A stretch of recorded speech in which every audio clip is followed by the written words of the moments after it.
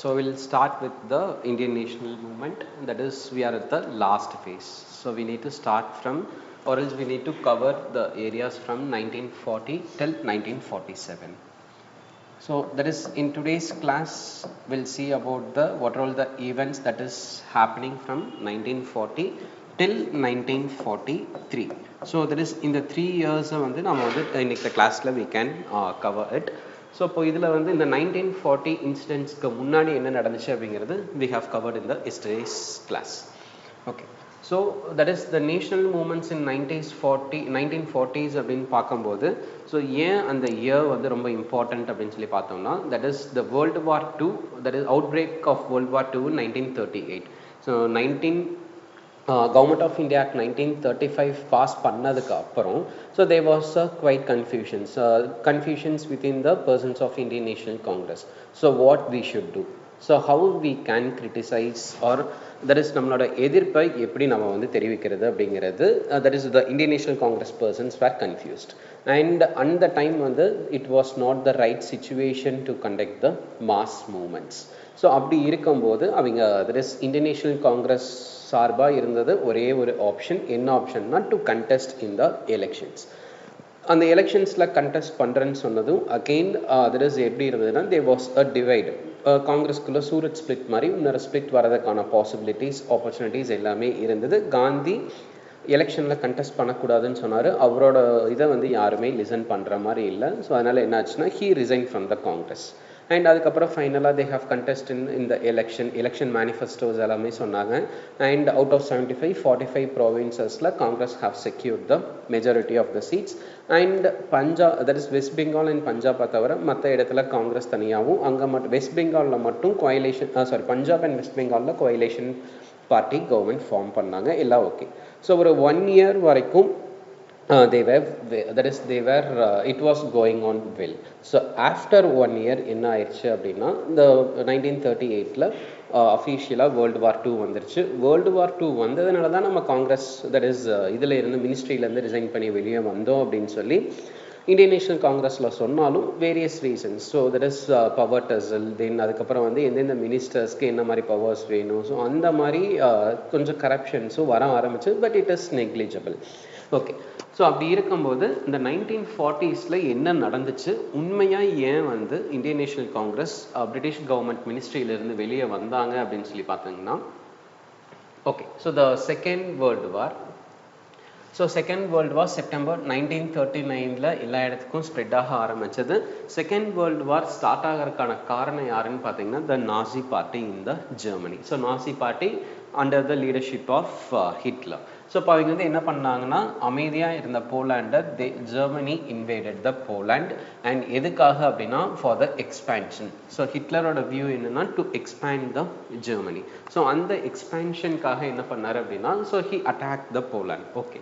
So அப்படி இருக்கும்போது ஜெர்மனியோட எக்ஸ்பேன்ஷனுக்கு அதுக்கு ஜெர்மனிக்கு ஃபேவரபுளாக இருக்கக்கூடிய கண்ட்ரிஸ் எல்லாம் சப்போர்ட் பண்ணும்போது, அண்ட் போலாண்டுக்கு ஃபேவரபுளாக இருக்கக்கூடிய கண்ட்ரிஸ் எல்லாம், ஸோ ஒரு சில parties allied powers and the axis powers. So இப்படி நடக்கும்போது ஒரு வார்க்கு ஒரு கண்ட்ரி சப்போர்ட் பண்ணும்போது அது வந்து வேர்ல்டு வாராக மாறிடுச்சு. And the government of India join the war. So government of India அப்படின்னு சொல்லி நம்ம பார்க்கும்போது இந்த இடத்துல the British government, not the Indian government, the British Indian government immediately joined the war without considering the Indian parties, that is without considering the Indian National Congress. So எதுவுமே இல்லை, நாங்கள் வாரில் சப்போர்ட் பண்ணாங்க அந்த மாதிரி எதுவுமே சொல்லாமல் so they have joined, that is they have dragged the Indians into the war. Okay. So அப்படி இருக்கும்போது that is Indian National Congress ஒரு கன்சிடரபிள் அமௌண்ட் ஆஃப் பர்சன்ஸ் வந்து இதில் இருக்கும்போது என்னாச்சு அப்படின்னு சொல்லி பார்த்தீங்கன்னா நம்மளை கன்சிடர் பண்ணாமையே ஸோ அவங்க வந்து நம்ம வாரில் ஜாயின் பண்ணி விட்டுட்டாங்க. ஸோ அதனால the elected members have resigned from the central legislature. Okay. So the Congress leaders என்ன டிமாண்ட் பண்ணுறாங்க அப்படின்னா that is India must be declared as a free state. Okay, நாங்கள் வந்து உங்களுக்கு வாரில் சப்போர்ட் பண்ணுறோம். ஸோ அப்படின்னே நீங்கள் வச்சுக்கோங்க. அப்படின்னா என்ன பண்ணணும்னா எங்களையே இண்டிபெண்ட் கண்ட்ரியாக நீங்கள் வந்து அனௌன்ஸ் பண்ணணும். ஸோ அப்படி இல்லை அப்படின்னா ஸோ எங்களுக்கு வந்து so considerable amounts of power, so considerable amounts of power அப்படின்னு சொல்லி பார்த்தோம்னா ஸோ அட்மினிஸ்ட்ரேஷனில் ஈக்குவலண்ட் பவர்ஸ் எங்களுக்கு வேணும். ஸோ அப்படி நீங்கள் கொடுத்தீங்க அப்படின்னா இந்தியாவுக்கு அப்படின்னு சொல்லி ஸோ எங்களோட external affairs economical administrative powers கொடுத்தீங்க அப்படின்னா that is we will think and we will decide whether we can participate in the war or not. But Indian national Congress சார்பாக என்ன சொல்கிறாங்கன்னா எங்களுக்கு இண்டிபெண்டன்ஸ் கொடுத்துருங்க, இல்லைன்னா எங்களுக்கு டெசிஷன் மேக்கிங் பவரில் உங்களுக்கு ஈக்குவலான பவர்ஸ் கொடுத்துருங்கன்னு சொல்கிறாங்க. இந்த ரெண்டு டிமாண்டையுமே that is British government accept பண்ணுறக்கு, that is they haven't accepted, and that is the British government they have refused to accept this demand. And in the demand British government accept பண்ணல. அதுக்கப்புறம் தான் வந்து that is October 1940ல அஃபிஷியலா British ministryல இருந்து Indian national Congress delegates எல்லாமே resign பண்ணிட்டு வெளியே வந்துட்டாங்க. And Gandhi okay, so இந்த டைம் காந்தி வந்து என்ன பண்ணுறாருன்னா he had a plan of launching a limited satyagraha. அது என்ன லிமிட்டட் சத்தியாகிரகா அப்படின்னா 1920ஸ்ல நான் கோஆப்ரேஷன் மூமெண்ட், 1930ஸ்ல சிவில் டிசோபீடியன்ட் மூமெண்ட். ஸோ இப்போ இந்த மாதிரி மாஸ் மூமெண்ட்ஸ்லாம் என்ன ஆச்சுன்னா ஸோ ஒரு 1 இயர் நல்லாயிருக்கும், செகண்ட் இயர் நல்லாயிருக்கும், அண்ட் செகண்ட் இயர் தாண்டி போகும்போது ஏதோ ஒரு இடத்துல violence. So because of that violence எல்லாமே வைலன்ஸில் போய் முடிஞ்சு நிறையா human loss, life loss, material losses இருக்கிறதுனால so he had a plan of launching the limited satyagraha. Limited சத்தியாகிரகாக்கான மீனிங் என்னென்னா that is Gandhi himself pointing out few persons. So யாரெல்லாம் வந்து இந்த சத்தியாகிரகாவை நெக்ஸ்ட் ஃபேஸ்க்கு எடுத்துகிட்டு போக முடியும், ஸோ அவங்கள வந்து டார்கெட் பண்ணி நாம் that is the second world war, இந்தியாவை செகண்ட் வேர்ல்டு வாரில் ட்ராக் பண்ணதை கண்டன் பண்ணுறதுக்காக he had plan to launch a limited satyagraha. And அது எப்போ நடக்குது அப்படின்னா த மார்ச் 1942. அண்ட் அதுக்கப்புறம் வந்து பார்த்தீங்கன்னா ஸோ தட் இஸ் இந்த இதுலேயே காந்தி இந்த பிளான் பண்ணிட்டு இருக்கும் போதே இந்த ஜப்பான் ஓவர் இந்த Philippines, Indochina, Indonesia, Malaya, Burma and occupied the Rangoon. So இப்போ காந்தி ஒரு 1940ஸ்ல கிட்டத்தட்ட 1942 அண்ட் 43ல வேர்ல்டு வார் 2 முடியிற ஸ்டேஜ்க்கு வந்துடும். ஸோ அப்படி இருக்கும்போது ஜப்பான் ரொம்ப சீக்கிரமாக வந்து they are moving towards India. So அதுதான் இந்த இது that is they have cross the Philippines, they have cross the Indo China region, they have cross the Indonesia, Malaysia. So ரொம்ப தட் இஸ் ரொம்ப வேகமாக ப்ரிடிக்ட் பண்ணுறதை விட ரொம்ப ஜாஸ்தியாக they are moving towards the west. So Hiroshima and Nagasaki அந்த incident நடக்காமல் இருந்திருந்தால் ஜப்பான் இந்தியாவை அட்டாக் பண்ணியிருப்பாங்க. ஜப்பான் இந்தியாவை அட்டாக் பண்ணணும் அப்படின்ற இன்டென்ஷனோட அவங்க வந்து அட்டாக் பண்ணல. பட் அந்த டைம் இந்தியாவில் இருந்த கவர்மெண்ட் யாருன்னு சொல்லி பார்த்தீங்கன்னா பிரிட்டிஷ் கவர்மெண்ட். ஸோ அதை தான் வந்து தேவர் ஃபோக்கஸிங் அண்ட் இந்தியாவை நோக்கி அட்டாக் பண்ண வந்துட்டு இருந்தாங்க. அண்ட் அதுதான் இந்த words this brought the war to the Indian doorstep. And British government desperately wanted to active cooperation of Indians in the war effect. So okay, Japan வந்து ரொம்ப அக்ரெஷனாக வந்துட்டு இருக்காங்க, உங்களோட சப்போர்ட் இல்லாமல் எதுவும் பண்ண முடியாது. அண்ட் இன்கேஸ் இப்படி நடந்திருந்தால் ஜப்பான் இந்தியாவை அட்டாக் பண்ணி ஆக்குபை பண்ணியிருந்தாலும் பிரிட்டிஷர்ஸ்க்கு எந்த லாஸும் கிடையாது. ரீசன் என்னென்னா India was the colony of the British. So அப்படி இருக்கும்போது தட் இஸ் பிரிட்டிஷர்ஸ்க்கு பெருசாக எந்த லாஸும் கிடையாது. அண்ட் நெக்ஸ்ட் ஒன் பார்த்தீங்கன்னா ஸோ த வைஸ்ராய் லிங்லித்கோ வந்து என்ன சொல்கிறாருன்னா he had a set of proposals for the Indians. So அவர் என்னென்ன ப்ரொபோசல்ஸ் கொடுக்குறாரு அப்படின்னு சொல்லி பார்த்தீங்கன்னா that is in the name of the August offer. So in the name of August offer, actually இப்போ இது வந்து 1940ஸ்லேருந்து 47 வரைக்கும் இருக்கக்கூடிய க்ரோனாலஜிக்கல் ஆர்டர் ரொம்ப ரொம்ப இம்பார்ட்டன்ட். ஸோ க்ரோனாலஜிக்கல் ஆர்டர் அப்படின்னு சொல்லி பார்த்தீங்கன்னா தட் இஸ் 1938 அண்ட் 39ல் அஃபிஷியலாக வேர்ல்டு வார் 2 வருது. 1940ஸ்ல that is the members from the Indian national Congress இந்த British ministry they are resigning. 1940ல் August offer. And August declaration அப்படின்னு சொல்லி பார்த்தீங்கன்னா it is on 1919. August declaration is also known as government of India act 1919. அதுக்கு முன்னாடி இருந்த provision ஆர்எல்ஸ் Montagu ஜேம்ஸ்பார்ம் ரிஃபார்ம். ஸோ ஆகஸ்ட் டிக்ளரேஷன் வேறு, ஆகஸ்ட் ஆஃபர் வேறு. August offer in 1940s. Okay, so இந்த ஆகஸ்ட் ஆஃபரில் என்ன சொல்கிறாருன்னா S we that is the Britishers we are ready to give the Indians, that is Indians, the power to frame their own constitution. நீங்கள் சொந்தமாக ஒரு constitution frame பண்ணணும், உங்களுக்குன்னு set of loss பண்ணணும்னு நினைக்கிறீங்களா? எஸ், ஆகஸ்ட் ஆஃபரில் we are ready to give the permission for you to make your own constitution. And next one பார்த்தீங்கன்னா that is they are giving the Indian representative body. So after the world war, so war முடியட்டும், வார் முடிஞ்சதுக்கப்புறம் இதுக்காகவே ஒரு separate பாடியை நம்ம வந்து launch பண்ணுறதுக்கு we are giving the permission and அந்த பாடியோட ரோல் என்ன அப்படின்னா they can take part in the that is they can take part in the forming of Indian constitution and உங்களுக்கு என்ன dominion status தானே வேணும் so we are ready to offer the dominion status so dominion status Indians எப்போ கேட்டாங்க அப்படின்னா so 1907ல இருந்து இந்த 1919 அந்த ஒரு 5 to 10 years வரைக்கும் தான் கேட்டாங்க ஃபர்ஸ்ட் வேர்ல்டு வார் அப்பவே வந்து dominion status கேட்டாங்க and அதுக்கப்புறம் 1920ஸ்க்கு அப்புறம் so that is non cooperation மூமெண்ட்லாம் முடிஞ்சு 1925 and 26 டைம்லேயே வந்து that is Purna Swaraj or complete independence so அதுதான் நமக்கு டிமாண்ட் அப்படின்னு சொல்லி கேட்டாங்க பட் இங்கே 1940 and 1941ல என்ன சொல்கிறாங்கன்னா British government what they are telling us we are ready to provide you the dominion status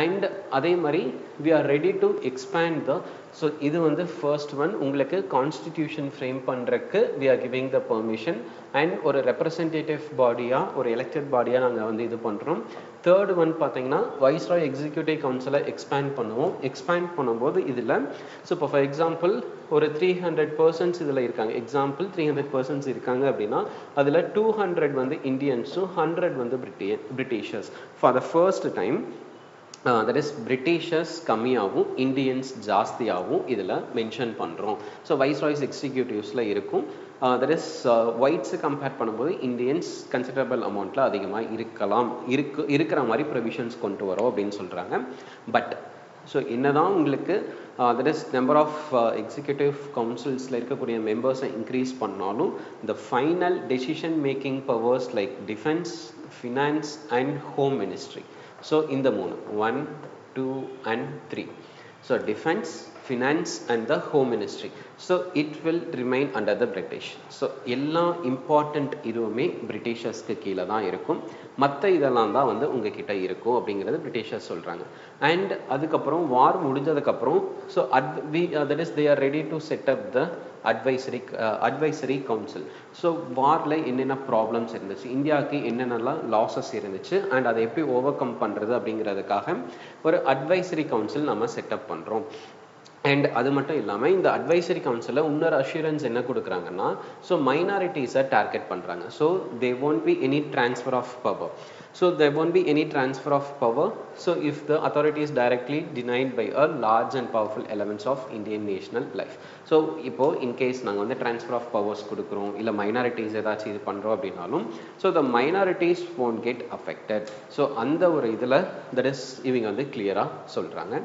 next one பாத்தீங்கன்னா the viceroy also stated that there won't be any revision of the government of India act so next that is fifth point நாம பார்க்கும்போது so இந்த provisions எல்லாமே August ஆஃபர்ல இருக்கக்கூடிய provisions so August ஆஃபர்ல என்ன சொல்றாங்க அப்படின்னா that is government of India act 1935ல எந்த ஒரு ரிவிஷன்ஸுமே இருக்காது அண்ட் அது மட்டும் இல்லாமல் that is before any formation of the real constitution so நீங்கள் வந்து இந்தியன் நேஷனல் காங்கிரஸ்க்கும் அண்ட் முஸ்லீம் லீக்கும் இருக்கக்கூடிய ப்ராப்ளம்ஸை ஃபர்ஸ்ட் நீங்கள் சால்வ் பண்ணுங்கள் ஸோ ஃபர்ஸ்ட்டு சால்வ் பண்ணங்கன்னா என்ன ப்ராப்ளம் அப்படின்னா ஸோ 1940ல் இருந்து 1947 வரைக்கும் வந்த எல்லா ப்ரொவிஷன்ஸுமே வந்து பார்த்தீங்கன்னா ஒன்று காங்கிரஸால் ரிஜெக்ட் பண்ணியிருப்பாங்க இல்லை இந்தியன் முஸ்லீம் லீக்னால ரிஜெக்ட் ஆகிருக்கும் ஸோ இப்போ அதில் என்ன பிரச்சனை அப்படின்னா ஸோ 1940ஸ்ல இருந்து கிளியராக இந்தியன் நேஷனல் காங்கிரஸ்க்கு வந்து என்ன டிமாண்ட் பண்ணுறாங்க அப்படின்னா united India but Muslim League வந்து என்ன டிமாண்ட் பண்ணுறாங்க அப்படின்னா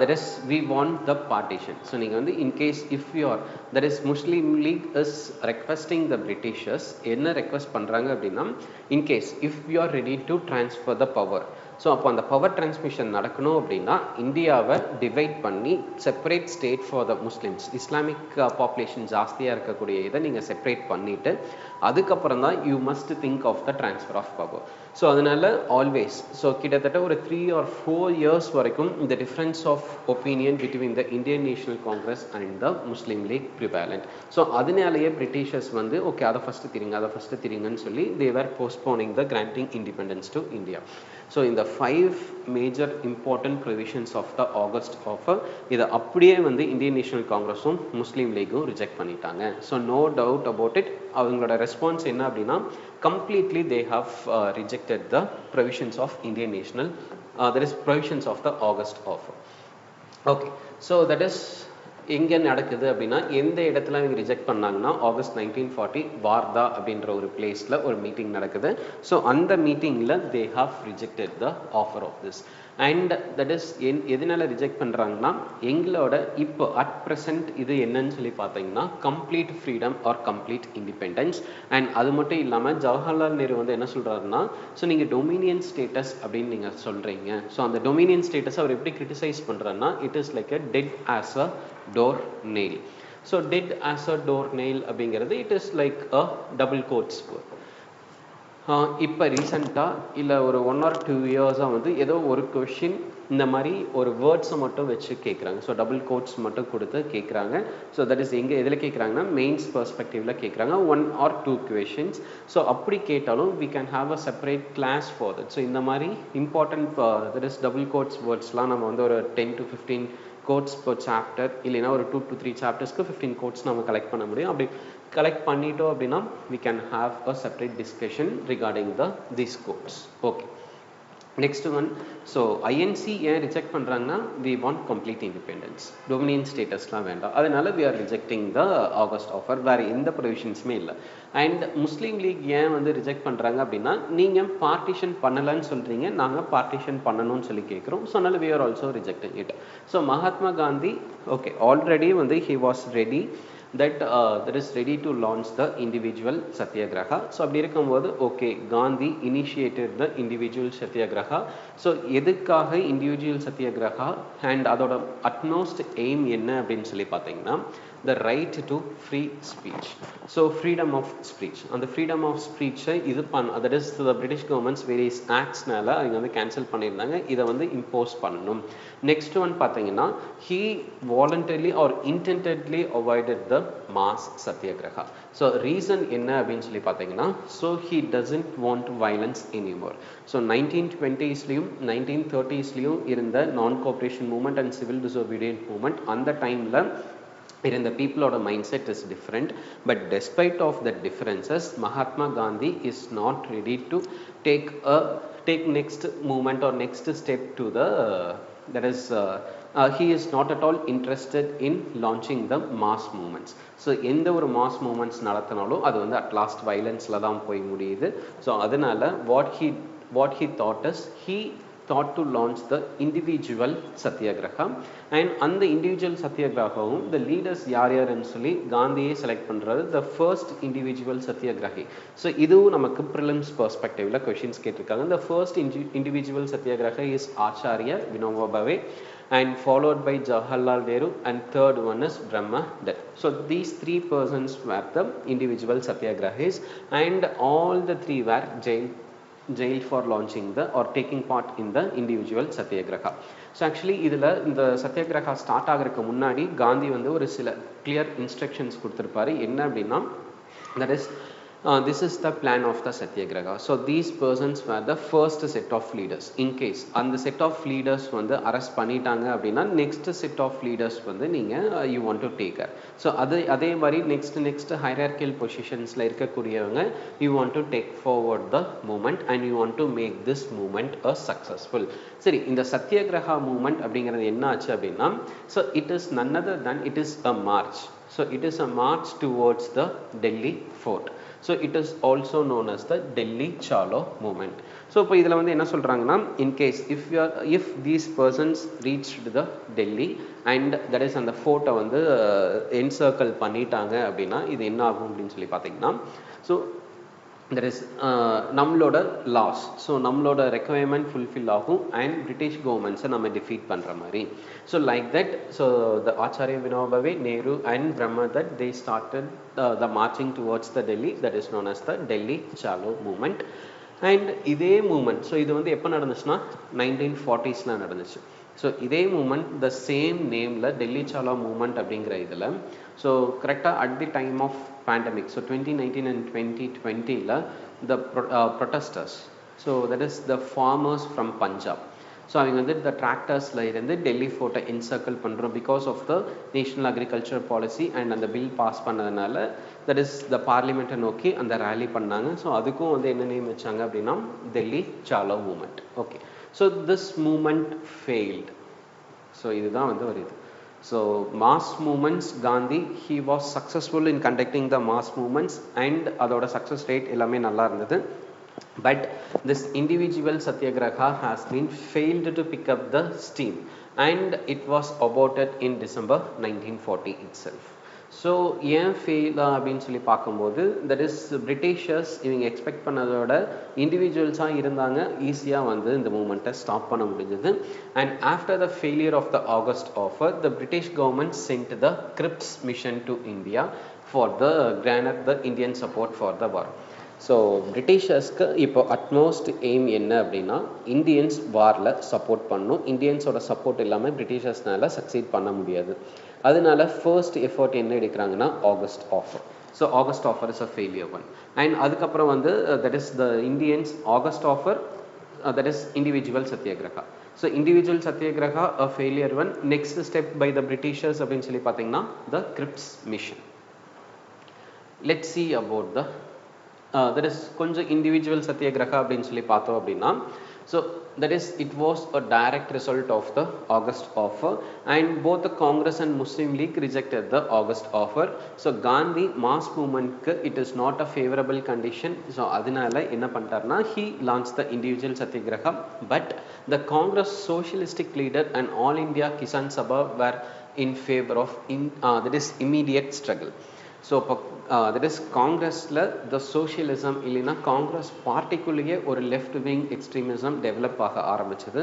அவங்களும் அண்ட் ஆல் இண்டியா கிசான் சபாவும் என்ன எக்ஸ்பெக்ட் பண்ணுறாங்கன்னா, yes instead of the individual satyagrahas we are ready to support the mass movements. So mass மூமெண்ட்ஸே நம்ம வந்து கண்டக்ட் பண்ணலாம்.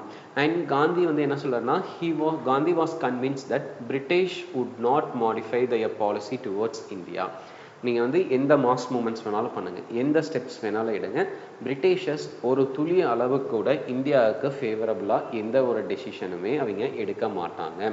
அண்ட் அது மட்டும் இல்லாமல் ஸோ அதனால this is the right time to launch the individual satyagraha alone. So that is he decided. Finally the Congress also accepted and they were ready to launch the individual satyagraha. Okay, so அப்படி இருக்கும்போது individual சத்யாகிரகாவோட AIIMS என்னென்ன அப்படின்னு சொல்லி பார்க்கலாம். Okay, so இப்போ வந்து Indian national Congress இப்போ எப்படி வந்து மகாத்மா காந்தி இதை வந்து அக்செப்ட் பண்ண வச்சாரு அப்படின்னு சொல்லி பார்க்கும்போது, இல்லை நம்ம பிரிட்டிஷர்ஸ்க்கு எந்த மாதிரி இதை நம்ம கொடுக்கணும் அப்படின்னு சொல்லி பார்த்தீங்கன்னா, to show the nationalist that passions, நம்ம ஏன் இவ்வளோ அமைதியாக இருக்கோம் அப்படிங்கிறது it is not because of our weakness. First and the foremost thing நம்ம இதை அண்டர்ஸ்டாண்ட் பண்ணணும் அப்படின்னா, நம்மளோட வீக்னஸ்னால தான் நம்ம வந்து இவ்வளோ அமைதியாக இருக்கோம் அப்படிங்கிறது கிடையாது. அண்ட் அது மட்டும் இல்லாமல் so it is to express the people's feeling and that is they are not interested in the war. So yes, Indians completely, Indian National Congress and Indians, they are not completely interested in the war. And another thing is they made the distinction between the Nazism and double autocracy that ruled in India. So இப்போ வந்து இன்னொரு இதுவும் சொல்கிறாரு. So இப்போது நாம் வந்து இந்த வார்க்கு நம்ம பிரிட்டிஷர்ஸ்க்கு சப்போர்ட் பண்ணுறோம் அப்படின்னு சொல்லி பார்த்தீங்கன்னா, அதுக்கு நம்ம ஹிட்லருக்கே நம்ம சப்போர்ட் பண்ணிடலாம். ஸோ ஆல்ரெடி இந்தியாவில் என்ன ப்ராப்ளம் இருக்குது அப்படின்னு சொல்லி பார்த்தீங்கன்னா, ஸோ தட் இஸ் கிட்டத்தட்ட ஹிட்லர் மாதிரி ஆட்சி தான் வந்து இந்தியாவிலையும் நடந்துகிட்ருக்கு. ஸோ அப்படி இருக்கும்போது ஸோ ஏன் வந்து that is why we want to support it. So we the Indians we are that is we are expressing our feeling that we are not interested in this war. And next one இன்னொரு reason என்ன சொல்கிறாங்கன்னா, and another opportunity that is we can give. நம்ம வந்து இவ்வளோ சைலண்ட்டாக இருக்கும், கவர்மெண்ட்க்கு எந்த ப்ராப்ளமும் பண்ணாமல் இருக்கும். So on this thing so we can give the another opportunity for the government to accept the satyagraha. So that is sorry not satyagraha, that is the demands of the Indian National Congress. Okay, so the demands of the satyagraha என்ன அப்படின்னா, first thing is the freedom of speech against the war. And அதே மாதிரி anti வார் declaration. இவன் ஏன் வந்து இந்த டைமில் freedom of speech கேட்குறாங்க அப்படின்னா, வாரை பற்றி பேசணும். ஸோ அதுக்கு வந்து we want certain relaxations. And அது மட்டும் இல்லாமல் so in case if the government didn't arrest the satyagrahi they will move to the villages. So that is Delhi Chalo மூவ்மெண்ட்னா ஒரு பர்டிகுலர் பிளேஸில் இருந்து they are starting the march towards the headquarters or Delhi fort. So அப்படி இருக்கும்போது இந்த satyagrahi persons will move to the all the villages and இந்த இதை வந்து ஈஸியாக அவங்களோட இதை வந்து ஸ்ப்ரெட் பண்ணணும். ஸோ அதனால தான் டெல்லி சாலா மூமெண்ட் வந்து லான்ச் பண்ணாங்க. And that is aim of the satyagraha was limited to one. So என்ன சொல்றாங்க அப்படின்னா, so that is நம்மளோட unity and நம்மளோட patience. So இதுதான் வந்து ரொம்ப ரொம்ப important. ஸோ எந்த அளவுக்கு நம்ம யூனிட்டியாக இருக்கும், எந்த அளவுக்கு நம்ம பேஷன்ஸாக இருக்குமோ நம்ம பிரிட்டிஷர்ஸ்க்கு இருந்து சீக்கிரமாக நம்ம இது பண்ணிக்கலாம். ஓகே, ஸோ அப்படி இருக்கும்போது this individual satyagraha forced the Britishers to launch the Cripps proposal to India. And அது மட்டும் இல்லாமல் ஸோ the Cripps proposal எப்படி அவங்க வந்து ப்ரிப்பேர் பண்ணியிருக்காங்க அப்படின்னா, ஸோ that is ஆகஸ்ட் ஆஃபரில் இருந்ததுக்கும் Cripps ப்ரொபோசலில் இருக்கிறதுக்கும் கம்ப்ளீட் கான்ட்ரடக்டரி. ஸோ ஆகஸ்ட் ஆஃபரில் பிரிட்டிஷர்ஸ்க்கு ஃபேவரபுளாக நிறைய ப்ரொவிஷன்ஸ் இருந்தது அண்ட் Cripps ப்ரொபோசலில் இந்தியன்ஸ்க்கு ஃபேவரபுளாக நிறைய ப்ரொவிஷன்ஸ் இருக்க மாதிரி மாற்றிருக்காங்க. இதெல்லாம் ஏன் வந்து பிரிட்டிஷர்ஸ் பண்ணணும் அப்படின்னு சொல்லி பார்த்தீங்கன்னா, the one and only reason is to gain the support for the world war. So அதுக்காக தான் வந்து பிரிட்டிஷர்ஸ் இவ்வளவும் பண்ணுறாங்க. அண்ட் இந்த Cripps ப்ரொபோசலில் பிரிட்டிஷர்ஸ் எப்படி சொல்கிறாங்கன்னா, it is going to act as the blueprint for Indian constitution. So that is நம்ம வந்து இந்தியன் கான்ஸ்டியூஷன் நம்ம ஃப்ரேம் பண்ணணும்னு சொல்லி கேட்குறீங்களா. So this proposal will be the blue print. Okay, so but என்னதான் இது பண்ணாலும் Cripps மிஷனில் ஆகஸ்ட் ஆஃபரை கம்பேர் பண்ணும்போது எவ்வளோ ப்ரொவிஷன்ஸ் வந்திருந்தாலும் Indian national Congress as well as the Muslim League ஜாயிண்டாக they have rejected the Cripps proposal. Okay, so at the international level Roosevelt வந்து என்ன பண்ணுறேன்னா, he raised the question regarding the Indian political reforms with the Winston Churchill. Okay, so அந்த discussion Cripps mission இந்தியாவுக்கு வரதுக்கு முன்னாடி that is Roosevelt he is discussing about the political scenario in India. Next one பார்த்தீங்கன்னா Chiang Kai Shek he visited the India in February 1941. So அப்போ அவர் வந்து visit பண்ணி British delegate visit பண்ணிட்டு he showed sympathy towards the Indians and aspiration for freedom. So இந்தியன்ஸ்க்கு freedom இப்போ எப்படி வந்து there is இவரோட எக்ஸ்பிரஷன் வந்து எப்படி இருந்திருக்கு அப்படின்னா, இப்போ எப்படி பிரிட்டிஷர்ஸ்க்கு இந்தியா வந்து இந்த வாரில் சப்போர்ட் பண்ணணுமோ அந்த அளவுக்கு இந்தியன்ஸ்க்கு வந்து இண்டிபெண்டன்ஸ் வேணும் அப்படிங்கிறதுல ரொம்ப ஷியராக இருக்காங்க. அதுதான் ஷாங்காய் ஷேக் சொல்லியிருக்காரு. And the labour leaders of the Britain also put the pressure over the Winston Churchill. So இதில் வந்து என்ன சொல்கிறாருன்னா, ஓகே நமக்கு வந்து வார்க்கு சப்போர்ட் பண்ணணும். அண்ட் அந்த டைமில் வந்து பார்த்தீங்கன்னா லேபர் பார்ட்டி தான் வந்து இருக்குது. It was a coalition party in the British. So அப்படி இருக்கும்போது that is the labor leaders எல்லாமே வந்து they are pressurizing the Churchill to cooperate with the India. So okay, இந்தியாவோட கோஆப்ரேஷன் வார்க்கு நமக்கு வேணும்னா இந்தியா அண்ட் இந்தியன்ஸ் என்ன டிமாண்ட் வைக்கிறாங்களோ அதை வந்து இது பண்ணுங்க, தட் இஸ் அவங்களுக்கு ஃபேவரபுளாக கொண்டு போங்க அப்படின்னு சொல்லி கேட்குறாங்க. And finally the Cripps mission that is 1942 மார்ச்சில் லான்ச் பண்ணுறாங்க. அண்ட் இதில் வந்து என்ன சொல்ல வராங்க அப்படின்னா, so that is as per the Cripps mission நீங்கள் பாருங்கள் அண்ட் அந்த Cripps ப்ரொபோசல் டெஃபினட்டாக உங்களுக்கு பிடிக்கும். So we want a full cooperation and support for the world war 2. இந்த இதை அக்செப்ட் பண்ணிக்கோங்க. அக்செப்ட் பண்ணதுக்கப்புறம் please do support it. And that is இந்த மிஷன் ஏன் Cripps மிஷன் அப்படின்னு சொல்கிறோம்னா, it was headed by the Stafford Cripps and he was a senior left wing politician and minister under the war cabinet. And அதுக்கப்புறம் வந்து பார்த்தீங்கன்னா he also supported the Indian national movement. So Cripps personally அப்படின்னு சொல்லி பார்க்கும்போது he was in favor of the Indian independence. Okay, இந்த ப்ரொபோசல்ஸில் என்னென்ன இருக்குது அப்படின்னு சொல்லி பார்த்தீங்க அப்படின்னா, so that is there was a provision for constitution making body after the war. First இது என்னென்னா வேர்ல்டு வார் 2 முடியட்டும். ஸோ முடிஞ்சதுக்கு அப்புறம் so what we can do is we can make the constitutional body. Next one இதுலேயும் வந்து பார்த்தீங்கன்னா so they are ready to grant the dominion status not the complete independence. So இப்போ இந்தியன்ஸோட request என்ன அப்படின்னா complete independence or the Purna Swaraj. But இங்கே என்ன கேட்குறாங்க அப்படின்னா, தட் இஸ் இங்கே என்ன ஆஃபர் பண்ணுறாங்க அப்படின்னா, yes we are ready to give you the dominion status.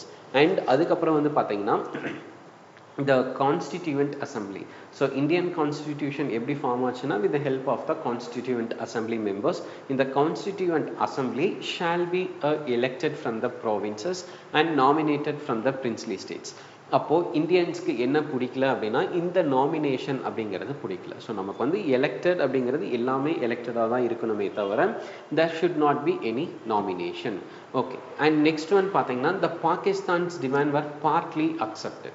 So Pakistan என்ன சொல்கிறாங்க அப்படின்னா ஸோ எங்களுக்கு கம்ப்ளீட்டாக முஸ்லீம் டாமினேட்டட் ஏரியாஸை ஸ்ப்ளிட் பண்ணணும். பட் இங்கே வந்து என்ன நடக்குது அப்படின்னு சொல்லி பார்த்தீங்கன்னா there is the Pakistan demand is accepted partially.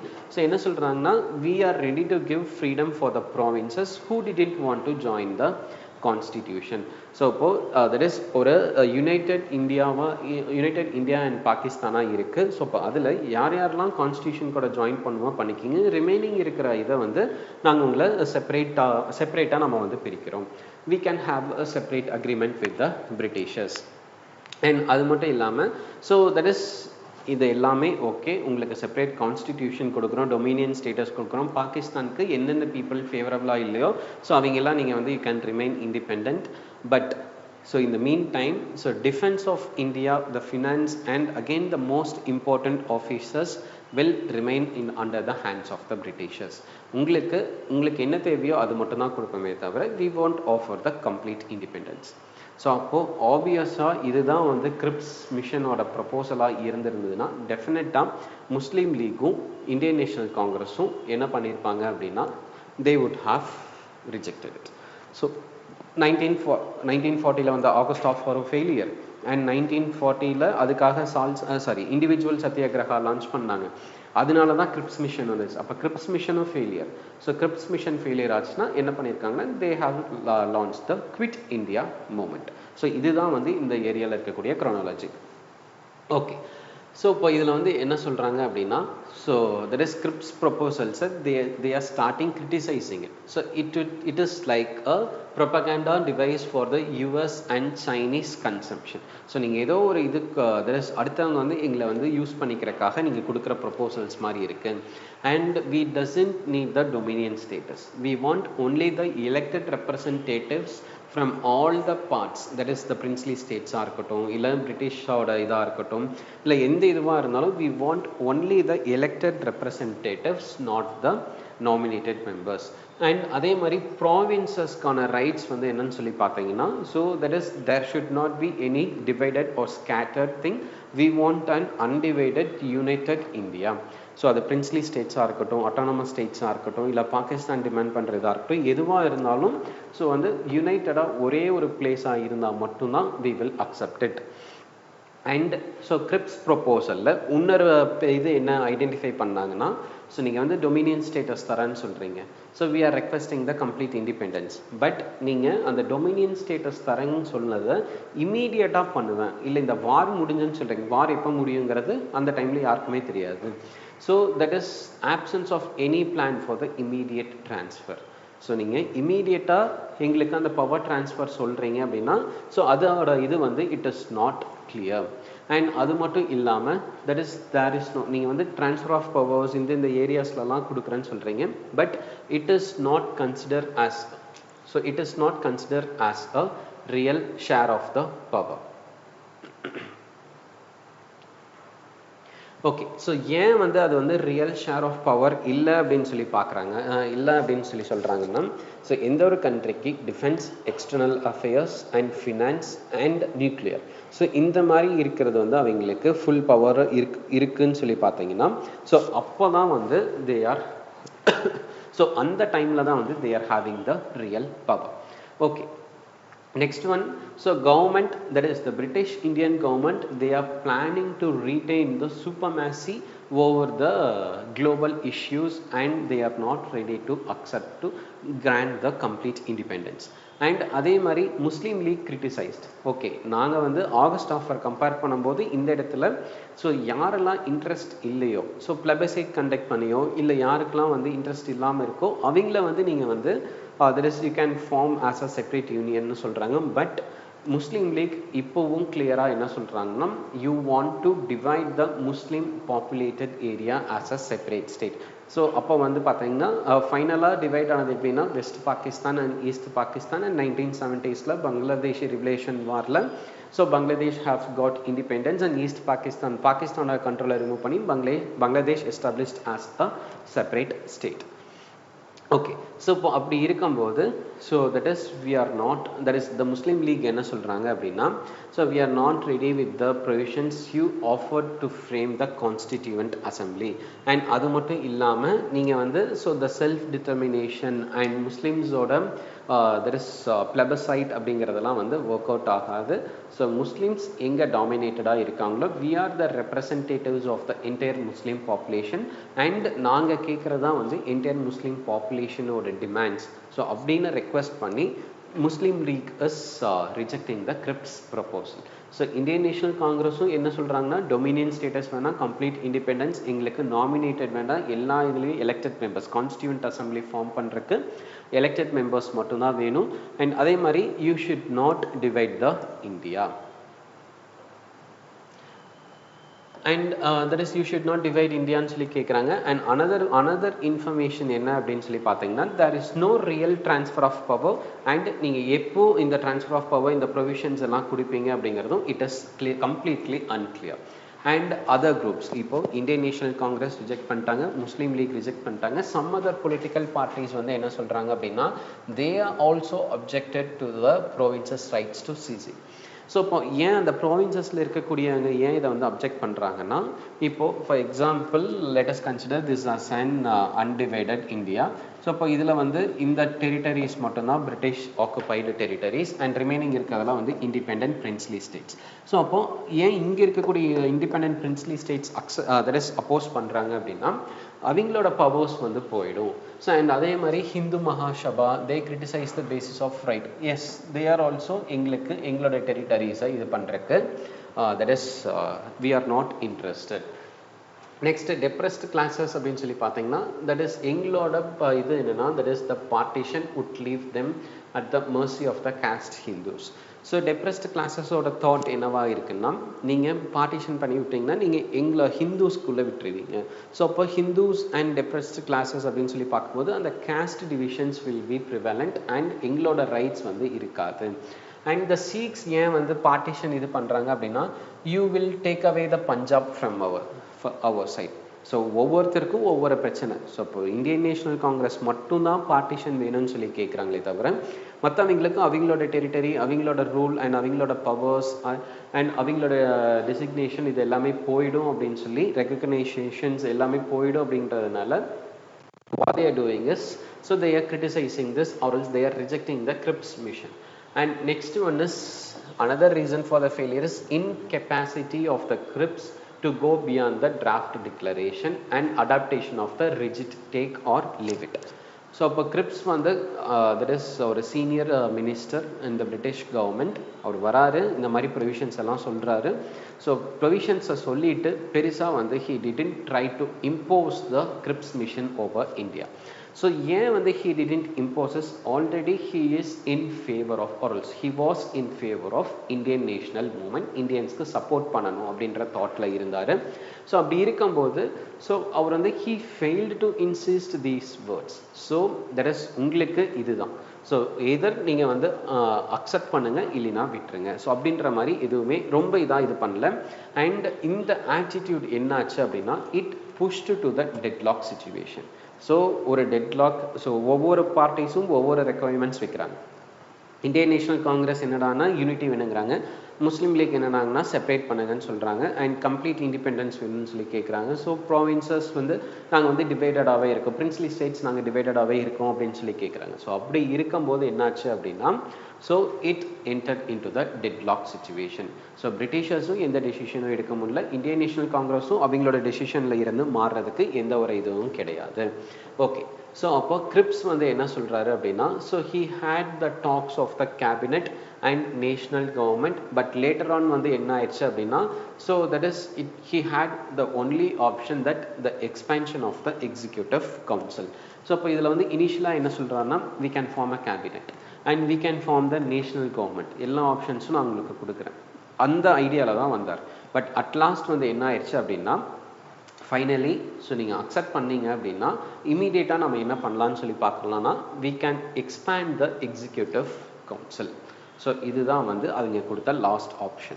So Winston Churchill, he was the then British Prime Minister, and that is Emery, he was the Secretary of the State. Linlithgow, he was the Viceroy, and that is the Ward, he is the Commander in Chief. So இவங்க எல்லாரும் சேர்ந்து என்ன பண்ணாங்கன்னா they criticized the efforts of the Crips. So they are criticizing it. So that is what the Britishers, so high level authority என்ன decide பண்ணிருந்தாங்க அப்படின்னா, so Crips mission will be 200% successful. So Crips missionக்கு Indian national காங்கிரஸும் முஸ்லீம் லீக்கும் accept பண்ணிட்டாங்க அப்படின்னா டெஃபினட்டா India வந்து வார், தட் இஸ் இந்தியா பிரிட்டனுக்கு வார்ல சப்போர்ட் பண்ணும் அண்ட் நம்மளோட டென்ஷன் பாதியா குறைஞ்சிரும் அப்படிங்கிற தாட்ல இருந்தாங்க. அண்ட் இந்த கிரிப்ஸ் ப்ரொபோசல் இந்தியாவுக்கு வரும்போது these persons were the British delegates. And அதுக்கப்புறம் that is obviously இந்த கிரிப்ஸ் சொன்ன இந்த இதுவும் expansion of the executive council it was not clear, and அதை யாரு implement பண்ணுவாங்க, எப்போ implement பண்ணுவாங்க அப்படிங்கிறது, and இந்த transfer of power எப்போ வரும். So Britishers கொண்டு வந்த எல்லா இதுவுமே வந்து பார்த்தீங்கன்னா so it was a confusion. So confusion in the sense எந்தெந்த இடத்துல எப்போ எது நடக்கும்.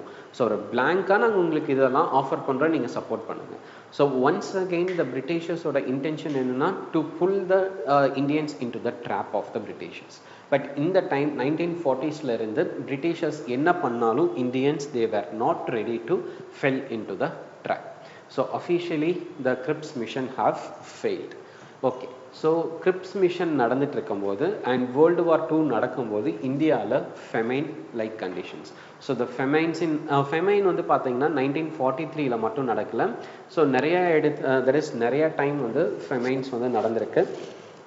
அண்ட் த ஃபர்ஸ்ட் ஹிட் அப்படின்னு சொல்லி பார்த்தீங்க அப்படின்னா so that is world war 1 அப்போவே வந்து ஃபெமைனால் ரொம்ப அதிகமாக பாதிக்கப்பட்டாங்க. அண்ட் இப்போ இதில் வந்து பார்த்தீங்கன்னா the India that is under the Britishers, so India under the Britishers they suffered a n number of famines. So that is the countless famines. So இப்போ இதுலேயும் வெரி வெரி வர்ஸ்ட், ஸோ நிறையா famines நடந்திருக்கு. அந்த நிறையா ஃபெமைன்ஸ்லேயும் ரொம்ப வர்ஸ்டான famine அப்படின்னு சொல்லி பார்த்தீங்கன்னா வேர்ல்டு வார் 2 நடந்துட்டு இருக்கும்போது பெங்காலில் நடந்த 1943 நடந்தது. And that is first one பார்த்தீங்கன்னா 1770, next one வந்து 1783, 1866, 1873, 1892, 1897 and 1943. So totally 7 famines. In the dates எல்லாமே வந்து not necessary, but in case if you want to note it down for the mains you can note it down.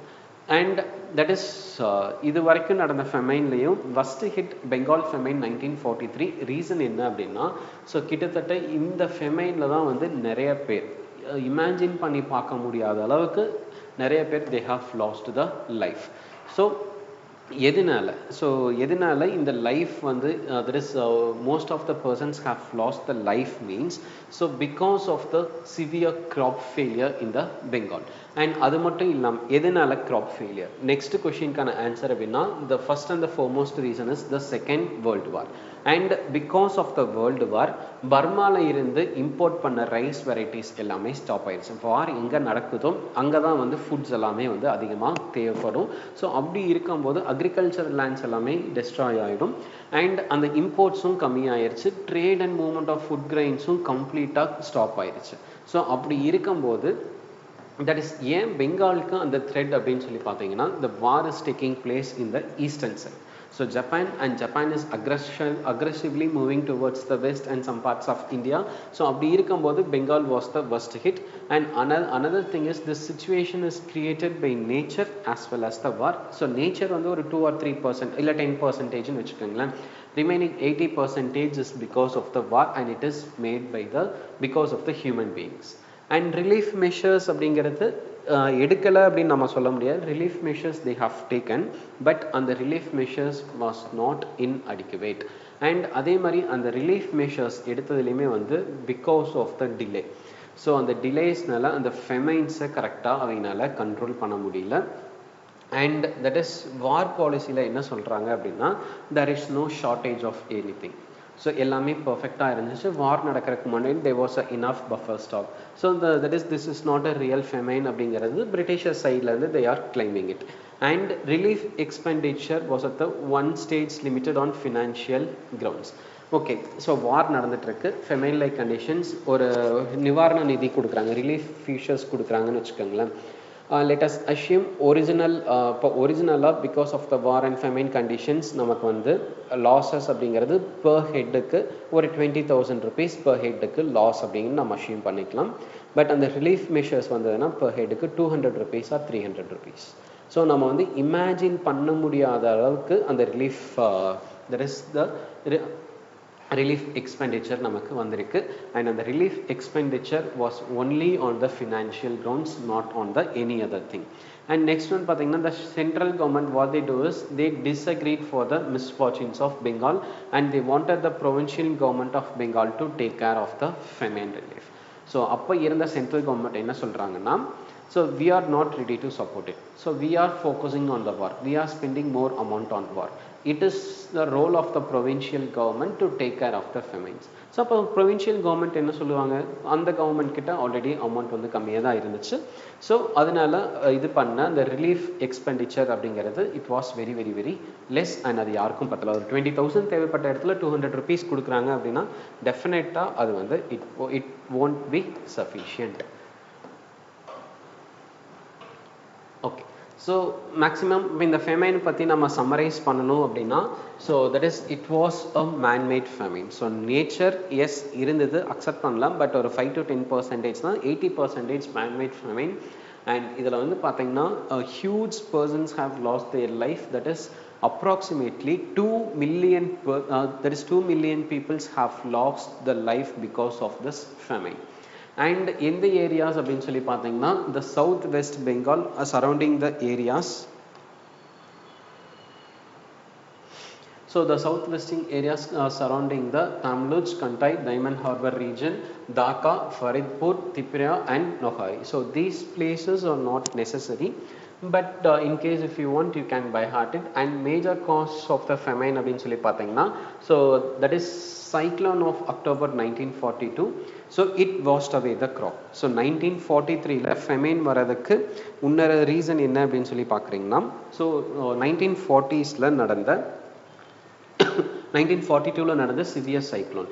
So அப்படி இருக்கும்போது அப்போவே அந்த ஹார்வெஸ்ட்கான இது வந்து கம்மியாயிருச்சு. ஸோ ஹார்வெஸ்ட்கான இது கம்மியாகுது அப்படின்னு பார்க்கும்போது நெக்ஸ்ட் இது வந்து பார்த்தீங்கன்னா because of war.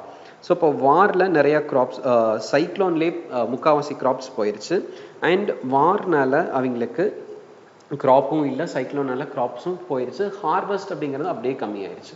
And because of the வார் இம்போர்ட்ஸும் வந்து கம்மியாயிருச்சு. தட் இஸ் எஸ்பெஷலி எங்கே அப்படின்னா பர்மா, சவுத் ஈஸ்ட் ஏஷியா கம்ப்ளீட்டாக ஸ்டாப் ஆயிடுச்சு. கம்மியாக இருந்தால் கூட பிரச்சனை இல்லை, கம்ப்ளீட்லி ஸ்டாப்ட்.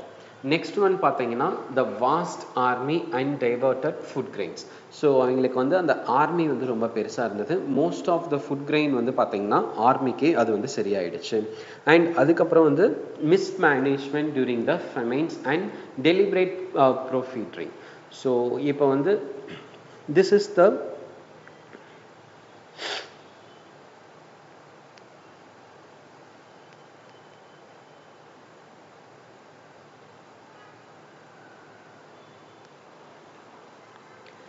okay. ஸோ இது வந்து இன்னொன்று என்ன பண்ண ஆரம்பிச்சாங்கன்னா இந்த deliberate profiteering. So that is இந்த சிச்சுவேஷனை அவங்க கரெக்டாக யூட்டிலைஸ் பண்ணி என்ன பண்ணுறாங்க அப்படின்னா, தட் இஸ் பஃபர் ஸ்டாக்ஸ் வந்து ஒரு சிலர் வந்து அதை மெயின்டைன் பண்ணிட்டு, for example there was a starvation. so for example I am having 2 or 3 bags of rice. அப்போ யார்கிட்டயுமே இல்லாதது என்கிட்ட இருக்கு அப்படின்னா what I will do is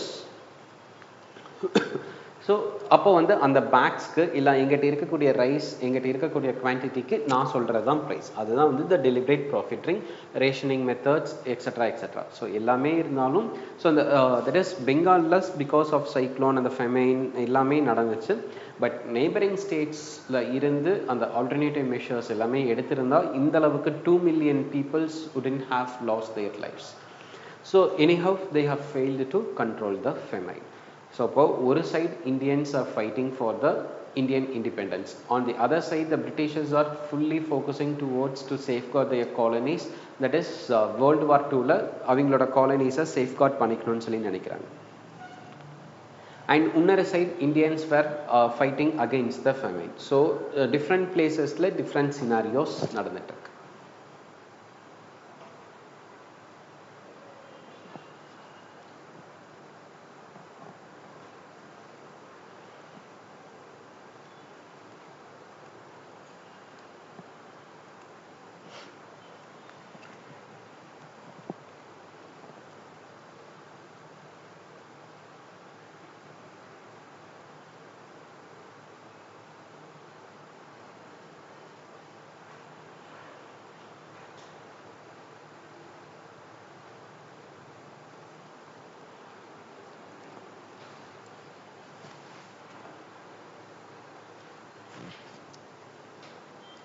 Okay, so next one we can move with the Rajaji formula. So famine நடந்துருச்சு, Cripps mission வந்துச்சு, Cripps mission வந்து failure 1 and Cripps mission failure ஆனதுக்கு அப்புறம் that is the government sideல இருந்து next இது எடுக்கிறாங்க என்ன அப்படின்னு சொல்லி பார்த்தீங்கன்னா that is the Rajaji formula. So Rajagopalachari அவர் வந்து என்ன சொல்லியிருப்பாருன்னா he was a senior Congress person. So அவரோட request என்ன அப்படின்னு சொல்லி பார்க்குறோம் அப்படின்னா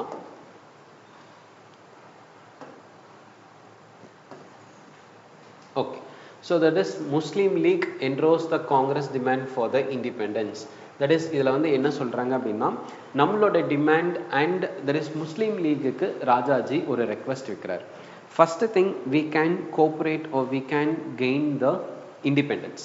ஸோ ஃபஸ்ட்டு ஸ்டெப்பாக நம்ம இண்டிபெண்டன்ஸ் வாங்கிடுவோம், அதுக்கப்புறம் நம்மளோட பார்ட்டிஷன் இதெல்லாம் நாம் டிசைட் பண்ணிக்கலாம் அப்படிங்கிறது தான் இது. So please to get the independence kindly cooperate with the Congress. And அது மட்டும் இல்லாமல் நம்ம ப்ராவின்சஸில் we can form a government with the help of coalition politics.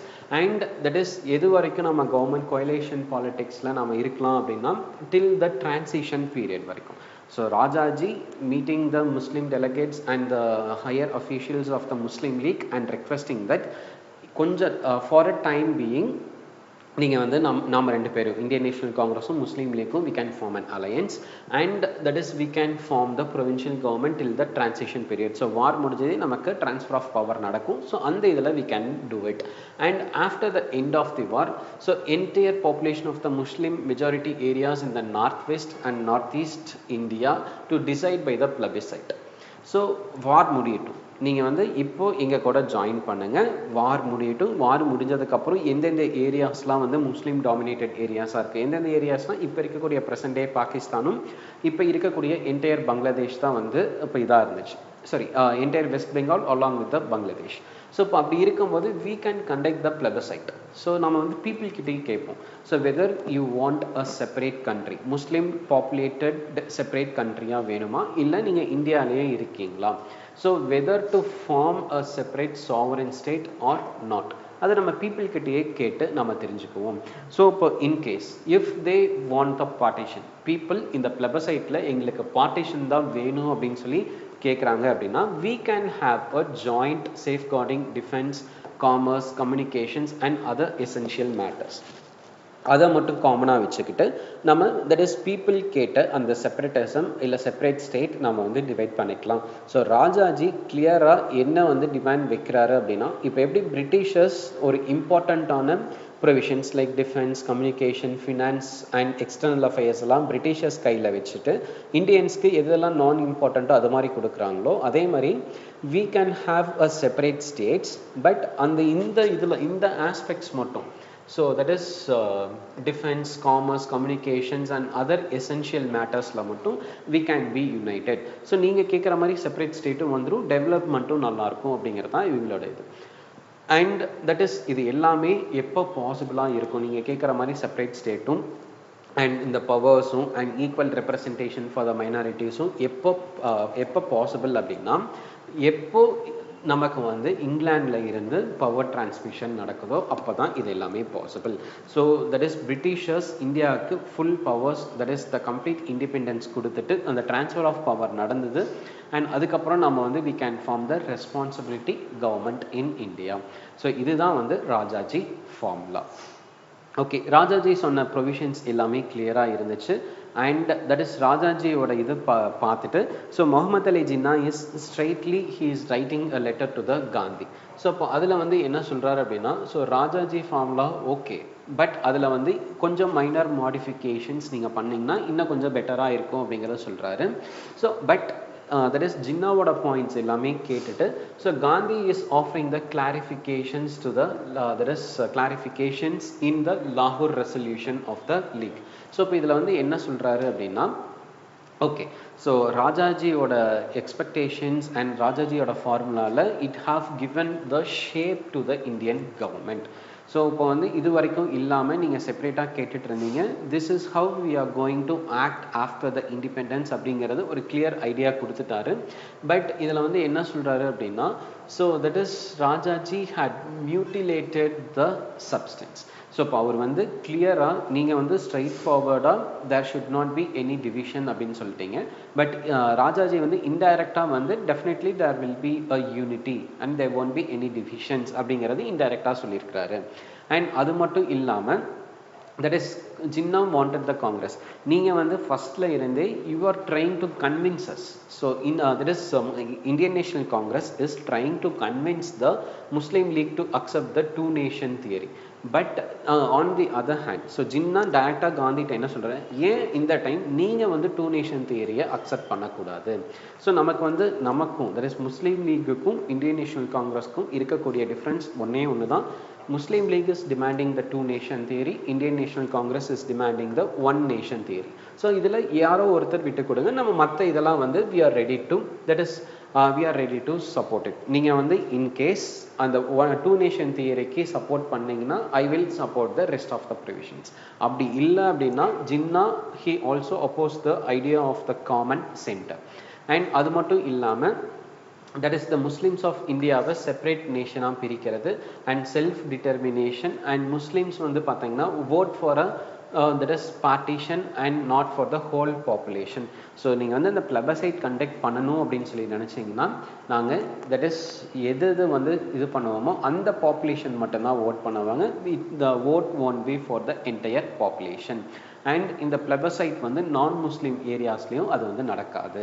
So இப்படி இருந்துச்சுன்னா we are ready to conduct the plebiscite but Gandhi rejected to accept the provisions made by the Muhammad Ali Jinnah. So அப்போது there was a failure. So Rajaji ஒரு formula கொண்டு வராரு அதை accept பண்ணுற மாதிரி that is கொஞ்சம் சேஞ்சஸ் மேக் பண்ணி கொடுங்கன்னு சொல்லி Jinnah is meeting the Gandhi. Jinnah வந்து காந்தி மீட் பண்ணி அவரோட ரெக்குவயர்மெண்ட் சொல்கிறாரு. பட் ரெண்டு பேருக்குமே அந்த இதில் வந்து எந்த ஒரு காமன் கிரவுண்ட்ஸுமே இது பண்ண முடியல. So here afterward Muslim league is clear in the thing that is we are in only favour of the separate union. So இதை தவிர காமன் சென்டர் அண்ட் அதுக்கப்புறம் வந்து காமன் பவர்ஸ் ஸோ இந்த மாதிரி எந்த ஒரு இதுவும் கிடையாது. அண்ட் அதே மாதிரி we are not ready to conduct the plebiscite or votings with our that is Muslim populations. Okay so இப்போ இது வந்து ஒரு சைட் போயிட்டு இருந்துச்சு. So Gandhi that is Rajaji next one is Muhammad Ali Jinnah. So இவங்களோட டாக்ஸ் ஒரு சைட் போயிட்டு இருந்தது. ஸோ இப்போ இந்த சைடு இன்னொன்று ரொம்ப கிளெவராக ஒரு விஷயம் நடந்துச்சு. அந்த கிளெவராக நடந்த விஷயம் என்ன அப்படின்னா so that is the Desai Liaquat pact. ஸோ இது வந்து பிரிட்டிஷர்ஸையே வந்து கொஞ்சம் கன்ஃபியூஸ் பண்ணி so confusion in the sense just I will explain this explain the outline of this. So Desai Liaquat Plaque அப்படினு சொன்னா so one person from Indian National Congress and one person from the Muslim League. So அவங்க the hierarchy the top most leadersக்கு தெரியாம so என்ன பண்றாங்க they are conducting the meetings. So அந்த மீட்டிங்ஸ்ல என்ன சொல்றாங்க அப்படின்னா so that is Indian National Congressக்கும் முஸ்லீம் லீக்கும் என்னென்ன common grounds இருந்துச்சோ அது எல்லாத்தையுமே பேசி பிரிட்டிஷ் கவர்மெண்ட்க்கு எடுத்துட்டு போறாங்க. ஸோ பிரிட்டிஷ் கவர்மெண்ட் கிட்ட டைரக்டா தேசாயும் லியாக்கட்டும் போய் என்ன சொல்றாங்கன்னா நீங்கள் கேட்ட மாதிரியே we are ready that is Indian national காங்கிரஸும் முஸ்லீம் லீக்கும் ரெடியாக இருக்கும் உங்களோட ப்ரொவிஷன்ஸை அக்செப்ட் பண்ணுறதுக்கு வி ஆர் ரெடி. ஸோ நீங்கள் நெக்ஸ்ட் என்ன ஆகணுமோ அதை நீங்கள் பாருங்கள். So on behalf of the leaders like Gandhi Nehru and Muhammad Ali Jinnah so we are the representatives of them அப்படி தேசாய் லியாக்கட் பேக்ட் அப்படிங்கிறது ஒரு இதுவே கிடையாது. It is not a official decision of the Indian national Congress. ஏன் இந்த ரெண்டு லீடர்ஸும் அப்படி பண்ணாங்க அப்படின்னா ஸோ அட்லீஸ்ட் இப்படியாச்சும் கவர்மெண்ட்டை ஏமாற்றி தட் இஸ் த பிரிட்டிஷர்ஸை ஏமாற்றி ஏதாச்சும் நமக்கு ஃபேவரபிளாக ஏதாச்சும் பண்ண முடியுமா அப்படிங்கிறது தான் வந்து இந்த Desai Liaquat pact. Okay So that is the Bulaban Desai, he belonged to the Congress. Liaquat Ali Khan, he belonged to the Muslim League. Now I will explain it in detail. So இதில் வந்து 1942 to 1945 நடந்த political இன்சிடென்ட்ஸை அவங்க க்ளோஸாக watch பண்ணிட்டு இருந்திருக்காங்க. So 1945 என்ன சொல்கிறாங்க அப்படின்னா, so they R spreading the rumour. So என்ன ரூமர் ஸ்ப்ரெட் பண்ணுறாங்க அப்படின்னா, that is there was an alliance. Indian National Congressum Muslim Leagueum we have entered into the alliance. So and அப்படி இருக்கும்போது that is in the alliance-க்கு Bulaban Desai the leader of the Congress parliamentary party and Liaquat Ali Khan he is the de facto leader of the Muslim League's assembly party. So காங்கிரஸ்க்குள்ள assembly partyன்னு ஒன்று இது பண்ணியிருக்காங்க. So அதுக்கு that is Bulaban Desai, Indian National Congress leader, and that is Liaquat Ali, he was the leader of the Muslim League. Okay, and adu mattum illama, so the Desai he met the Sir Evan Jenkins. So he was the British delegate. So he is the private secretary to the Viceroy. So director British government ku yaarku poi meet பண்றாங்க அப்படின்னா, he is approaching the Viceroy யாருன்னா Jenkins. So that is அங்க வந்து என்ன சொல்றாங்கன்னா, that is they are conducting the meeting. So we are ready to, that is this is the Desai Liaquat Pact. Indian National Congressum Muslim Leagueum we have come into the common alliance. So நீங்க next வந்து என்ன ஆகணும் அப்படிங்கிறது பாருங்க. And அதே மாதிரி இதில் என்ன சொல்றாங்கன்னா, that is by considering the Muslim League as the Muslim majority, you can give the equal representation to the Muslims along with the Hindu majority. So இதில் இந்த கன்க்ளூஷனில் என்ன சொல்கிறாங்க அப்படின்னா, இப்போ 300 சீட்ஸ் அவங்களுக்கு இருக்குது, அசம்பிளியில் இருக்குது அப்படின்னா, ஸோ இப்போ அந்த 300 அப்போது 300ல் 200 இஸ் ஃபார் இந்தியன்ஸ் அப்படிங்கிறது பிரிட்டிஷ் கவர்மெண்ட் ஒதுக்குறாங்க. அப்போது so 100 for the Hindus and another 100 for the Muslims. So இந்த மாதிரி you can give the equal representation. So அதுக்காக தான் நாங்கள் வந்து இந்த Desai Liaquat Pact நாங்கள் வந்து கொண்டு வந்திருக்கோம்.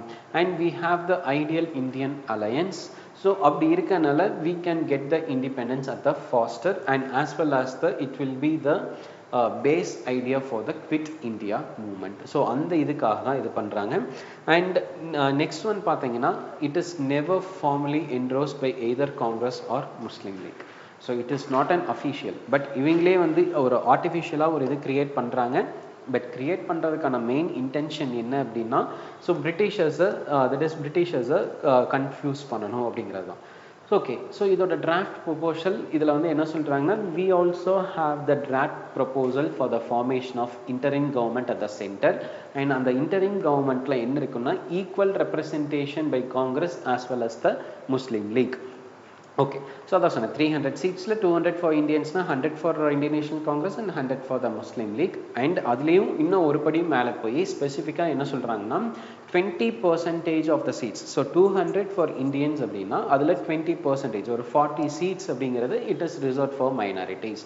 And the commander in chief and government the entire thing government of India 1935ல சொன்ன ப்ரொவிஷன்ஸ், நாங்கள் கேட்ட ப்ரொவிஷன்ஸ் படி முக்கியமான பவர் டிரான்ஸ்மிஷன்ஸ் இது எல்லாமே நீங்கள் வந்து கண்டக்ட் பண்ணி கொடுக்கணும்.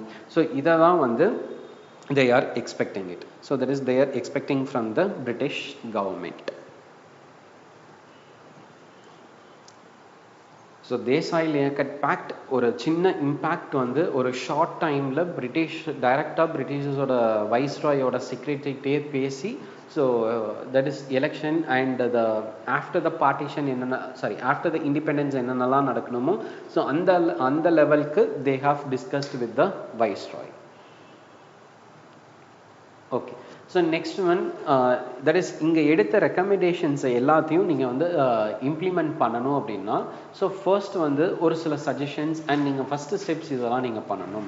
ஸோ அப்போ அப்படி இருக்கும்போது first of all if the viceroy agrees the suggestions, so suggestions for forming the interim government at the centre. So அப்படி இருக்கும்போது Congress and Muslim League you want to invite the Jinnah and Desai jointly or separately. So interim government நீங்கள் சொல்கிறீங்க, so that is Indian national காங்கிரஸும் முஸ்லீம் லீக்கும் அலைன்ஸில் இருக்கீங்க. அப்போது ஏதோ ஒரு leader நீங்கள் வரணும். இன்டரிம் கவர்மெண்ட் ஃபார்ம் பண்ணும்போது அவங்க தலைமையில் தான் நடக்கணும். அண்ட் அதுக்கப்புறம் வந்து பார்த்தீங்கன்னா, so that is next step would be the withdrawal of section 93 in the provinces. So provisional governments in the lines of coalition. Yes, you can have a coalition government in the provinces. and Viceroy British officialsக்கு எடுத்துட்டு போறாரு. And அதுக்கப்புறம் but the British government வந்து என்ன சொல்றாங்கன்னா, they raised an important question. So what is the guarantee that நீங்க ரெண்டு பேரும் till last you will be in an alliance, whether the Congress will support the Desai, whether the Muslim League will support the, that is நீங்கள் கொடுத்த ப்ரொவிஷன்ஸ்க்கு Muslim League accept பண்ணுவாங்களா, so the reservation equal sharing அப்படிங்கிறது, and whether the what is the power of the governor general over the other council of members. So இந்த மாதிரி நிறைய questions வருது. So இந்த கொஷின்ஸ்க்கு இந்தியன் நேஷனல் காங்கிரஸ் சைடில் இருந்தோ முஸ்லீம் லீக் சைடில் இருந்தோ ஒரு கிளியர் எக்ஸ்பிளனேஷன் கிடையாது. அண்ட் இந்த எக்ஸ்பிளனேஷன் கிடையாது அப்படிங்கிறதுக்கு அப்புறம் தான் வந்து என்ன ஆயிடுச்சு அப்படின்னா, that is Desai Layout Pact was a planned one, it is a failure one. Failure நம்ம சொல்ல முடியாது, but it created a small impact. So இப்போ இதில் வந்து என்ன சொல்கிறாங்க அப்படின்னா, ஃபைனலாக பிரிட்டிஷர் சைட்லேருந்து அந்த கொஷின்ஸ் கேட்டதுக்கப்புறம் இந்தியன் நேஷனல் காங்கிரஸ் சைட்லேயோ முஸ்லீம் லீக் சைட்லேயோ எந்த ஒரு அக்செப்டன்ஸும் இல்லை. அண்ட் இது வந்து நாங்கள் we are not ready to accept it, and this is not the decision of the Muslim League or not the decision of the Indian National Congress அப்படிங்கிறது டைரெக்டாக British viceroy கிட்ட சொல்லிட்டாங்க. அண்ட் தட் இஸ் இந்த Desai Liaquat fact ஒரு டைமோ ரெண்டு டைமோ few years back, around 10 years back நமக்கு வந்து எக்ஸாமில் கேட்டிருந்தாங்க. அண்ட் தட் இஸ் இந்த தேசாய் லேக்கட் பேக்ட் எப்படி நம்ம பார்க்கலாம் அப்படின்னா, it is a sudden event that filled the vacuum during the period. So that is Cripps mission failure, individual satyagraha failure. So அப்படி இருக்கும்போது அடுத்து நம்ம என்ன பண்ணலாம் அப்படின்னு பார்க்கும்போது நெக்ஸ்ட் ராஜாஜி ஃபார்முலா வந்துச்சு. ஸோ ராஜாஜி ஃபார்முலாவும் இந்தியன் நேஷனல் காங்கிரஸும் அக்செப்ட் பண்ணலை, முஸ்லீம் லீக்கும் அக்செப்ட் பண்ணலை. ஸோ அப்படி இருக்கும்போது ஸோ அந்த ஒரு டைம் கேப், அதை தான் நம்ம வந்து வேக்யூம்னு சொல்கிறோம். ஸோ அந்த வேக்யூமை ஃபுல்ஃபில் பண்ணுறதுக்கு, தட் இஸ் இந்தியன் பாலிடிக்ஸில் ஃபுல்ஃபில் பண்ணுறதுக்கு இது வந்து இதாக இருந்துச்சு. ஏன் சார் அந்த இடத்துல அந்த வேக்யூம் வந்துச்சு அப்படின்னா, most of the leaders because of the individual satyagraha they were under the jail, they were put behind the bars. And அதுக்கப்புறம் வந்து பார்த்தீங்கன்னா it added some level of humiliation that is humiliation on the side of the Congress party. So that is இதுக்கு முன்னாடி காங்கிரஸோட decisions எல்லாமே one சைடடாவோ இல்லை mass லீடர்ஸோட ஃபேவரபிளாவோ இருந்தது. ஓகே, ஸோ காங்கிரஸில் அதர் லீடர்ஸுமே வந்து ஒரு ஹியூமனிட்டிக்கல் பேசிஸில் they can make the decisions. So இதனால எந்தவித லாஸஸுமே ஏற்படலை. But still so it is a positive sign. Most of the லீடர்ஸ்லாம் வந்து they are thinking it as a positive side. And அதுக்கப்புறம் வந்து இந்த இடத்துல இன்னொரு நெகட்டிவ். ஸோ இந்த இடத்துல சின்னதாக ஏதாச்சும் தப்பு பண்ணியிருந்தா, நம்ம வந்து இந்தியா இண்டிபெண்டன்ஸ் 1947 வாங்கிட்டோம், பட் இது வந்து 1945 அந்த டைம் கேப்பில் நடக்குது.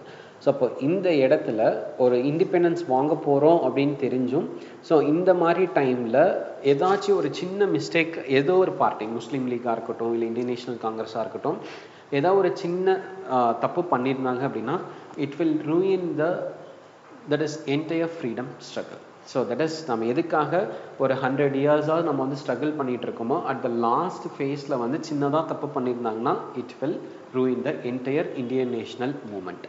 அண்ட் அதுக்கப்புறம் வந்து பார்த்தீங்கன்னா பட் என்னதான் இருந்தாலும் பெருசாக எந்த தப்பும் நடக்கல. It hold a strong position in the Indian politics and it played a strong role by the Congress leaders in the Indian politics. So இதுக்கப்புறம் தான் வந்து பீப்புளுக்கு இன்னும் கொஞ்சம் நம்பிக்கை. ஸோ த பார்ட்டி அப்படின்னா, so for example Gandhi, Nehru, Motilal Nehru, then Rajaji, so இந்த மாதிரி லீடர்ஸ்லாம் இல்லாமல் ஸோ அடுத்த செட் ஆஃப் லீடர்ஸ் இருந்தாலும் they can make a clear decision. So they will never go wrong. So அப்படிங்கிறது இந்த தேசாய் லேக்கட் பேக்ட் மூலமாக பீப்புள்ஸ் வந்து they have realised it. Okay, so next one பார்த்தீங்கன்னா, so while Desai he executed everything without the knowledge of Gandhi, without the knowledge of the Jawaharlal Nehru. So எதுக்காக அப்படின்னா he started or else he did he had kept the secret deal. So without the knowledge of Muhammad Ali Jinnah. So எதுக்காக அப்படின்னா அந்த political வேக்யூமை fill பண்ணணும். ஒரு important அந்த that is the spark of the national movement அடுத்து இதுக்கு எடுத்துகிட்டு போகணும் அப்படிங்கிறதுக்கான ஒரே ஒரு இதுதான். And there is Bulaman Desai also held responsible for losing the war budget and also rejected any support from the party. So என்ன ஆயிடுச்சு அப்படின்னா ஸோ நாம் பார்க்கும்போது இதுக்கு முன்னாடி ஸ்லைடில் பார்க்கும்போது it have created a huge impact. So எந்த ஒரு இன்சிடெண்ட்டாக இருந்தாலுமே it will have the positive and it will have the negative side. So இப்போ இந்த புலபந்த் தேசாய் இந்தியன் நேஷனல் காங்கிரஸ் சைடில் என்ன ஆயிடுச்சு அப்படின்னா நம்ம வந்து கவர்மெண்ட்க்கு தெரியாமல் மேஜர் லீடர்ஸ்க்கு தெரியாமல் he tried to fool the government. So அதனால் என்ன ஆயிடுச்சுன்னா நீங்கள் பண்ண ஒரு ஸ்டெப்னால we have lost the war indemnity. So வார்க்குனால நமக்கு கிடைக்கக்கூடிய காம்பன்சேஷன்ஸ் கிடைக்கல. he himself lost his political career. But காமனாக நம்ம பார்க்கும்போது it is not an utter failure because the fact that it paved way for the Shimla conference. So it is not 100% failure one. But Bulaband Desai, he have lost his political career and he was reason for some other things. But Perissa in the idume kedaiyadhu 90% it is a successful one. ஏன் அப்படின்னு சொல்லி பார்த்தீங்கன்னா the one and only thing is it paved way for the Shimla conference. So next we are stepping into the next topic, that is the Wavell Plan and the Shimla conference.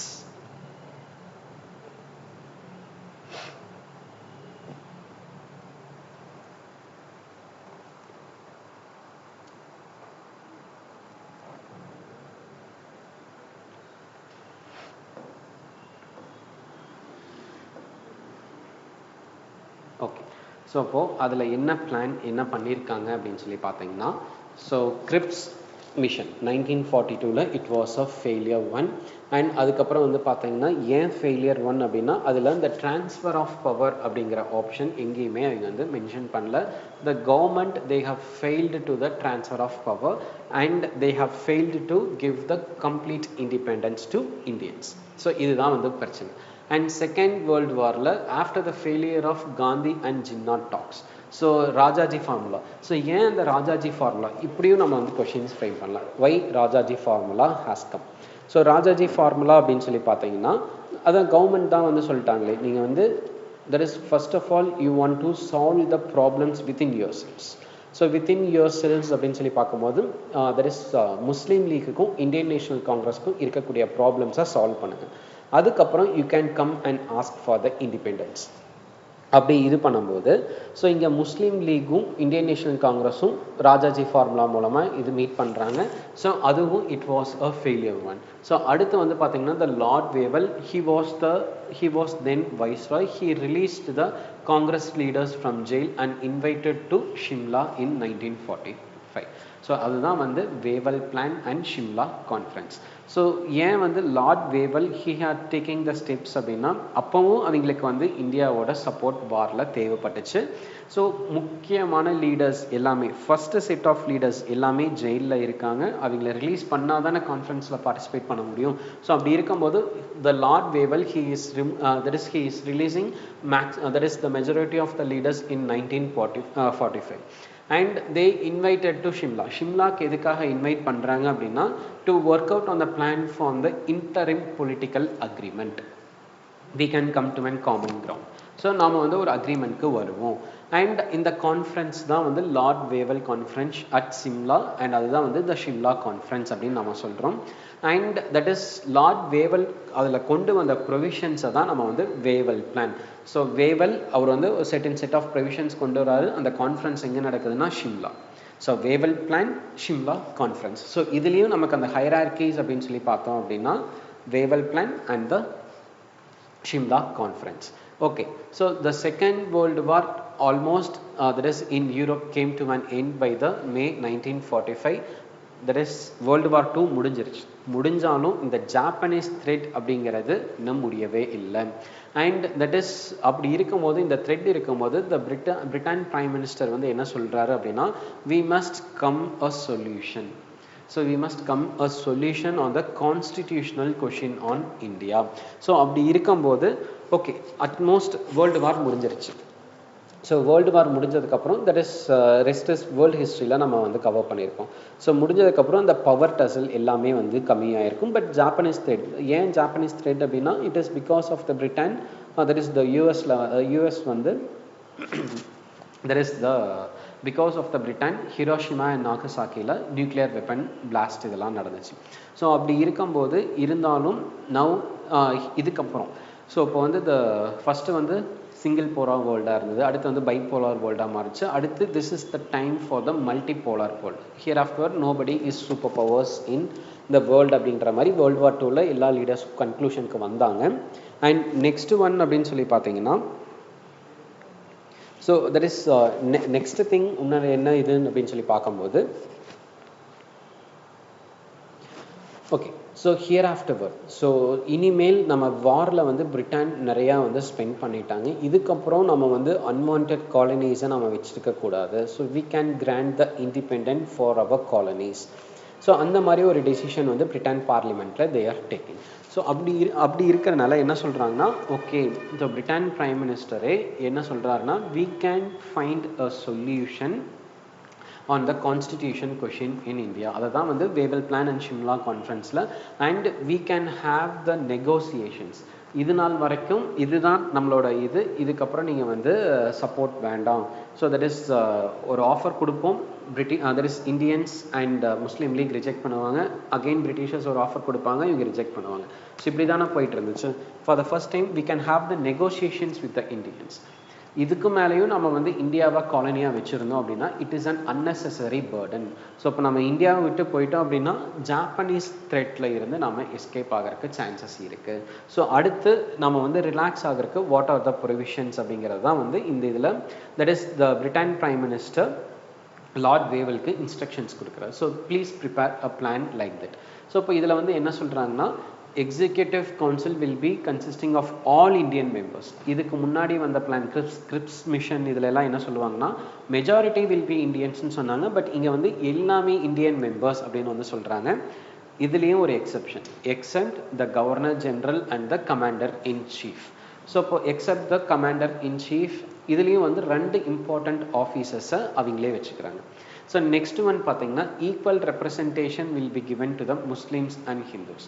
And அந்த ஈக்குவல் ரெப்ரசன்டேஷனை யாரும் like பண்ணலை, Indian national காங்கிரஸும் like பண்ணல and Muslim லீக்கும் like பண்ணலை. Okay, so the recognized council was to function as the interim government within the framework of Government of India Act 1935. So Government of India Act 1935 என்னென்ன provisions அப்படிங்கிறத நம்ம last கிளாஸில் discuss பண்ணோம். So அந்த act படி we can have a council and அந்த council will form the interim government in India, and Governor General have the utmost power. He can also exercise his veto power over the advice of the ministers.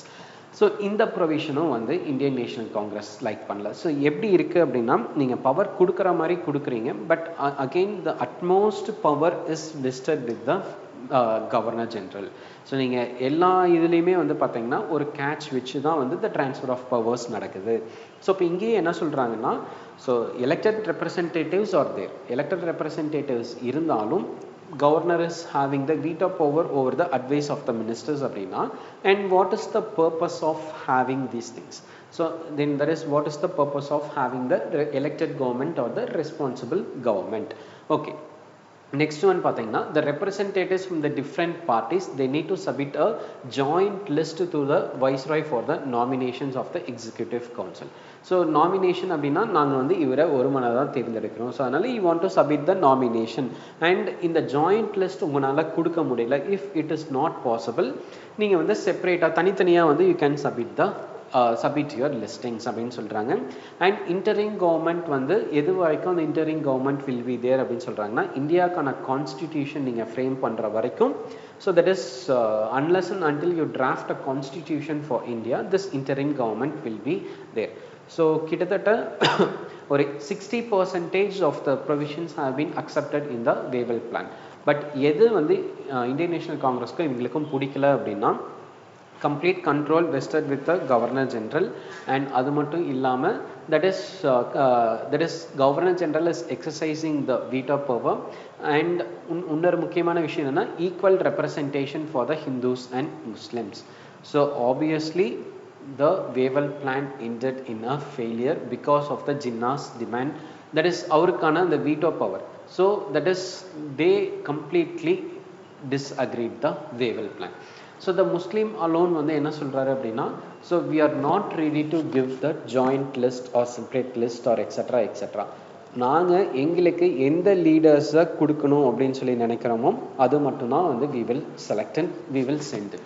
And that is அதே மாதிரி the Muslim League wanted all the Muslim members. எதில் எங்களுக்கு வந்து இந்த members அந்த மெம்பர்ஸ்லாம் all the Muslim League members to be the nomination of the league. And அது மட்டும் இல்லாமல் எதனால எல்லாத்தையும் நீங்கள் ரெப்ரசன்ட் பண்ணணும் இல்லை கொண்டு வரணும் அப்படின்னு சொல்லி கேட்குறாங்க அப்படின்னா because of the fear of the minorities. So இதுதான் எங்களோட இது. So the minorities, depressed classes, Sikhs and Christians. So எல்லாருமே வந்து பார்த்தீங்கன்னா the majority persons பார்த்து they are having a fear. So அப்படி இருக்கும்போது that is we are not ready to accept this. So நீங்கள் வந்து இந்த ஜாயிண்ட் லிஸ்டிங்ஸோ செப்பரேட் லிஸ்டிங்ஸோ எது கொடுத்தாலும் ஸோ நீங்கள் வந்து இந்த மெஜாரிட்டி பர்சன்ஸ்க்கு எந்த பிரச்சனையும் இல்லை. So what about the minorities? எங்களோட ஸ்டேட்டஸ் நீங்கள் வந்து அவுட் ஆஃப் இதில் வந்து 20% ரிசர்வேஷன்ஸ் அப்படின்னு நீங்கள் சொல்கிறீங்க. That 20% reservations won't be sufficient. And we need a 1/3 majority for that. And Webel wanted the Hayat Khan as the Muslim representative from the Western Punjab, and Muslim League claimed that is these kind of veto powers. So யார் nominate பண்ணணுங்கிறது அந்த party leaders இல்லை அந்த party தான் வந்து select பண்ணணும். But இங்கே வந்து யார் செலக்ட் பண்ணியிருக்காங்க அப்படின்னா governor general selecting. So the Britishers அவங்களுக்கு என்ன இதாக இருக்குமோ அதுக்கு ஃபேவரபுளாக they are selecting it. Okay, அது முஸ்லிம்ஸோட stand as well as the மைனாரிட்டிஸோட ஸ்டாண்ட். ஸோ நெக்ஸ்ட் வந்து பார்த்தீங்கன்னா இந்த காங்கிரஸோட ஸ்டாண்ட். ஏன் காங்கிரஸ் வந்து இதை ரிஜெக்ட் பண்ணுறாங்க அப்படின்னா ஸோ காங்கிரஸ் வந்து it is purely a Hindu dominated party. And அது மட்டும் இல்லாமல் இதில் வந்து நாங்கள் எல்லா கம்யூனிட்டிஸ்க்குமே நாங்கள் வந்து சப்போர்ட் பண்ணுறோம் அப்படிங்கிறது தான் அவங்களோட ஸ்டாண்ட். பட் வேவலோட மிஸ்டேக் என்ன அப்படின்னா so that is he announced a break down of talks thus giving the Muslim League a virtual veto. And அது மட்டும் இல்லாமல் முஸ்லீம் லீக்கோட பொசிஷன் ஸ்ட்ராங்கர் ஆகும்.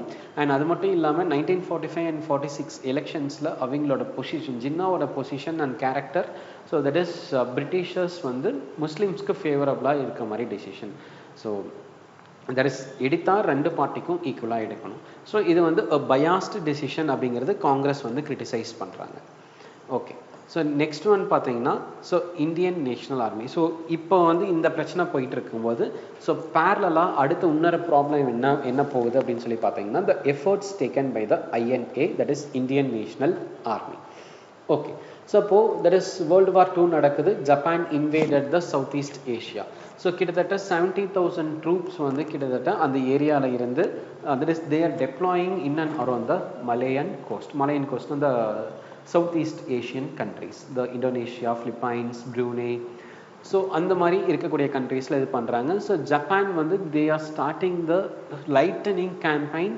ஸோ அப்படி இருக்கும்போது என்ன ஆயிடுச்சுன்னா it have capture the entire Malaiyan peninsula including the Singapore. So இதில் மட்டும் சிங்கப்பூரில் மட்டும் 45,000+ இந்தியன்ஸ் வந்து என்ன பண்ணியிருக்காங்கன்னா இந்த பிரிசனர்ஸ் ஆஃப் வாராக கேப்சர் பண்ணி வச்சுருக்காங்க. ஏன் அப்படின்னா so the prisoners of war என்ன சொல்கிறாங்கன்னா the Japanese they decided to create an auxiliary army which would fight against the Britishers. So எதுக்காக பிரிசனர்ஸ் ஆஃப் வாரை அவங்க கேப்சர் பண்ணாங்க அப்படின்னா ஸோ தட் இஸ் இந்தியன்ஸ் அந்த டைமில் என்ன மைண்ட் செட்டில் இருக்காங்க அப்படின்னா they wanted to fight against the Britishers. So இப்போ பிரிசனர்ஸ் ஆஃப் வார் சண்டை நடக்கும்போது ஒருத்தங்களை கடத்திட்டு போய் பிளாக்மெயில் பண்ணுறது இயல்பு. பட் இங்கே ஜாப்பனீஸ் வந்து என்ன பண்ணுறாங்க அப்படின்னா ஸோ பிரிசனர்ஸ் ஆஃப் வாரை தட் இஸ் இந்தியன்ஸை கேப்சர் பண்ணி பிரிட்டிஷர்ஸ்க்கு அகைன்ஸ்டாக யூஸ் பண்ணணும் அப்படிங்கிறது தான் அவங்களோட பிளான். அண்ட் அதுதான் வந்து இந்தியன் நேஷனல் ஆர்மியாக அவங்க வந்து ட்ரீட் பண்ணுறாங்க. The first INA was formed under the மோகன் Singh and he was the former officer under the British Indian Army. And that is இவர் வந்து எப்போ வந்து ஜாப்பனீஸ் அவங்களை கேப்சர் பண்ணுறாங்க அப்படின்னா மலையன் கேம்பெயினில் கேப்சர் பண்ணுறாங்க. And that is conditions in the prisoner of war camps and the resettlement against the Britishers. So இப்போ இதில் வந்து என்ன சொல்கிறாங்கன்னா the Indian National Army so நீங்கள் வந்து you fight against the Britishers, we are ready to support you, and after the war நாங்கள் வந்து that is we will give you the war indemnity, we will give you the war booty, and as well as you can that is voluntarily join the Indian National Army. உங்களுக்கு எந்த வித இதுவும் இருக்காது. So மற்ற prisoners of வாரை விட உங்களை வந்து நாங்கள் தட் இஸ் ரொம்ப நல்லா ட்ரீட் பண்ணுவோம் அப்படிங்கிறது தான் இந்தியன் நேஷனல் ஆர்மிக்கு ஜாப்பனீஸ் ஆர்மி கொடுக்கக்கூடிய ஒரு இது. அண்ட் அதுக்கப்புறம் வந்து பார்த்தீங்கன்னா ஸோ இந்த இனிஷியேட்டிவ்க்கு that is Imperial Japanese Army கிட்ட இருந்து நல்ல சப்போர்ட். ஸோ இப்போ இதில் வந்து காமனாக நம்ம புரிஞ்சுக்கணும் அப்படின்னு சொல்லி பார்த்தீங்கன்னா ஜாப்பனீஸ்க்கு இது தெரியாது. ஸோ இந்த மாதிரி இந்தியன்ஸ் இந்த பிளேசஸில் இவ்வளோ நம்பர்ஸ் ஆஃப் இந்தியன்ஸ் இருப்பாங்கிறது தெரியாது. ஜாப்பனீஸ் அப்படி ஈஸ்ட்லேருந்து வெஸ்ட் நோக்கி எல்லா பிளேசஸையும் கேப்சர் பண்ணும்போது அங்கே இருக்கக்கூடிய பீப்புள்ஸ் இந்தியன்ஸ்ன்னு தெரியாமே தட் இஸ் பிரிசனர்ஸ் ஆஃப் வாரை கேப்சர் பண்ணதுக்கப்புறம் ஸோ அவங்கள தட் இஸ் ஓகே அதில் இந்தியன் நேஷனல் ஆர்மியோட தட் இஸ் ஒரு கன்சர்ன் பர்சன் இருக்காரு. அவர் he is having the talks and அதனால தான் the Imperial Japanese Army they were ready to support the Mohan Singh's that is Indian National Army. So இப்போ Indian National ஆர்மியும் Japanese ஆர்மியும் அவங்க என்ன பண்ணுறாங்க அப்படின்னா தட் இஸ் இந்தியாவில் அண்ட் பிரிட்டிஷர்ஸ் அகெயின்ஸ்டாக ஃபைட் பண்ணுறக்கு ரொம்ப that is they are turning the or else they are changing the scenarios. So இது ஜாப்பனீஸ்க்கு ஒரு that is unexpected that is ஜாப்பனீஸோட அன்எக்ஸ்பெக்டட். ஸோ ஜாப்பனீஸ் அப்படியே சண்டை போட்டு வந்துட்டு இருக்கும்போது ஜாப்பனீஸ் ஆர்மி சடனாக எக்ஸ்பேண்ட் ஆகுது with the help of the Indian National Army. Okay, so although த மோகன் Singh agreed the Japanese army through his actions, but அதில் என்ன ஆயிடுச்சுன்னா he is interested in forming or expanding the Indian National Army. Okay, so he himself recommended the leadership of the Subhash Chandra Bose. So Subhash Chandra Bose, அவரோட reputation, அவரோட that is commitment to the national response. So Subhash Chandra Bose தான் hereafter going to lead the Indian National Army. And அப்படி இருக்கும்போது the activities of Subhash Chandra Bose அப்படின்னு சொல்லி பார்த்தீங்கன்னா இதுக்கு முன்னாடி இந்தியன் நேஷனல் ஆர்மியில் அவர் இது பண்ணுறதுக்கு முன்னாடி பெர்லின்ல இருந்து எஸ்கேப் ஆகி வந்திருக்காரு. ஸோ அப்போ பெர்லின் எதுக்காக போனார் அப்படின்னா so to get the training under the Germanies and some other armies. ஒவ்வொரு ஆர்மியாக போய் he will be taking the taking the training from different armies. And அதுக்கப்புறம் ஜெர்மன் லீடர்ஷிப்பில் அவருக்கு என்னென்ன ப்ராப்ளம்ஸ் அண்ட் அங்கே எப்படி ஆர்ம்ஸ்லாம் யூஸ் பண்ணுறது எல்லாத்தையுமே அவர் இது பண்ணிவிட்டு நெக்ஸ்ட் எப்படி இம்ப்ளிமெண்ட் பண்ணுறதுன்னு தெரியாமல் இருந்த டைமில் ஐஎன்ஏ வந்துச்சு. அண்ட் சுபாஷ் Chandra Bose finally he landed in Singapore in July 1943. And அந்த டைமில் okay I am ready to take I am ready to take charge as the leader of the Indian National Army, and that is hereafter Indian National Army will be known as the Azad Hind Fauj. So once Subhash Chandra Bose ulla vandadukku appuram it is renaming it as an Azad Hind Fauj.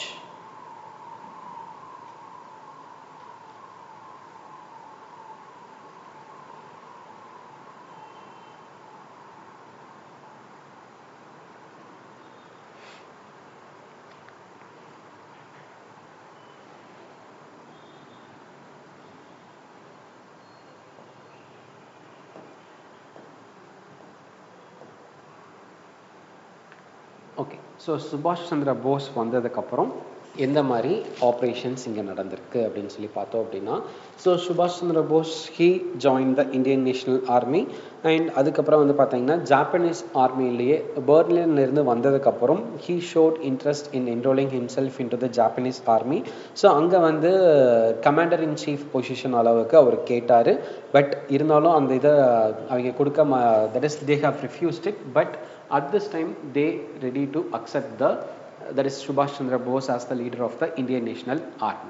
So Azad Hind Fauj participated in the Operation U-Go and 1944 Japanese campaign towards the Britishers. So initial stages la INA it was quite successful, and that is the Battle of Impal and Battle of Kohima la it saw some greatest defeat. So ஏன் அப்படின்னா that is Japanese நல்லா இருக்கிற வரைக்கும் Indian National army ரொம்ப நல்லா சக்ஸஸ்ஃபுல்லாக fight பண்ணிகிட்டு இருந்தாங்க. பட் ஜாப்பனீஸ் ஆர்மியை பிரிட்டிஷர்ஸ் கேப்சர் பண்ணதுக்கப்புறம் ஐஎன்ஏவோட position it was a very very brutal and they have lost. எதனால ஐஎன்ஏவோட இதுவும் போச்சு அப்படின்னு சொல்லி பார்த்தீங்கன்னா so they have lost there is huge number of manpower as well as the materials in the war.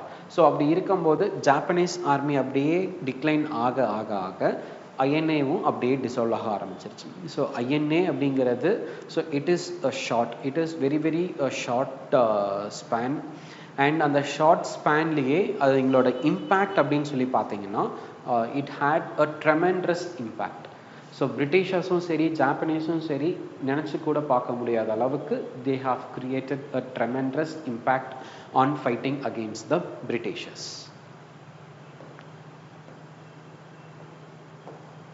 So that is இந்த இது நடந்துட்டு இருக்கும்போது த ஷிம்லா கான்ஃபரன்ஸ் இதெல்லாம் நடக்கும்போது பேரலாக ஸோ பிரிட்டிஷர்ஸ்க்கு இன்னொரு பிரச்சனை, இந்தியாவில் வந்து சப்போர்ட் பண்ணலை. ஸோ அவுட் சைட் த இந்தியாவில் Japanese with the help of the INA so இவங்க வந்து தட் இஸ் பிரிட்டிஷ் கவர்மெண்ட்டுக்கு they are posing the severe threat. So இந்த இதில் ஜாப்பனீஸ் ஆர்மியை அவங்க கேப்சர் பண்ணி இது பண்ணதுக்கப்புறம் there will be an INA trial. So INA trial as well as the அதே மாதிரி நேவியிலையும் ஒரு பிரச்சனை நடந்திருக்கும். ஸோ அதெல்லாம் வந்து த அப்கமிங் கிளாஸஸில் we can that is next classes or else அதுக்கு அடுத்த கிளாஸில் we will cover those INA trials and that is the இதுவும் வந்து ஷிம்லா கான்ஃபரன்ஸ் வேவல் பிளானும் ஃபெயிலியராக இருக்கும். ஸோ அது இதானதுக்கப்புறம் நமக்கு என்ன வரும்னு சொல்லி பார்த்தீங்கன்னா Lord Mountbatten plan. So Lord Mountbatten plan and the Indian independence act. So அதுக்கு முன்னாடி இந்த டிக்கி பேர்ட் பிளான் வரும், அது வந்து ஒரு சின்ன இது. ஸோ அது வந்து எப்படின்னா இந்த தேசாய் லியாக்கட் பேக்ட் எப்படி வந்துச்சோ அதே மாதிரி தான் டிக்கி பேர்ட் பிளான்ஸ் இருக்கும். தென் அதுக்கப்புறம் Lord Mountbatten plan and the Indian independence act. So இது கவர் பண்ணோன்னா இந்த Indian national movement is over.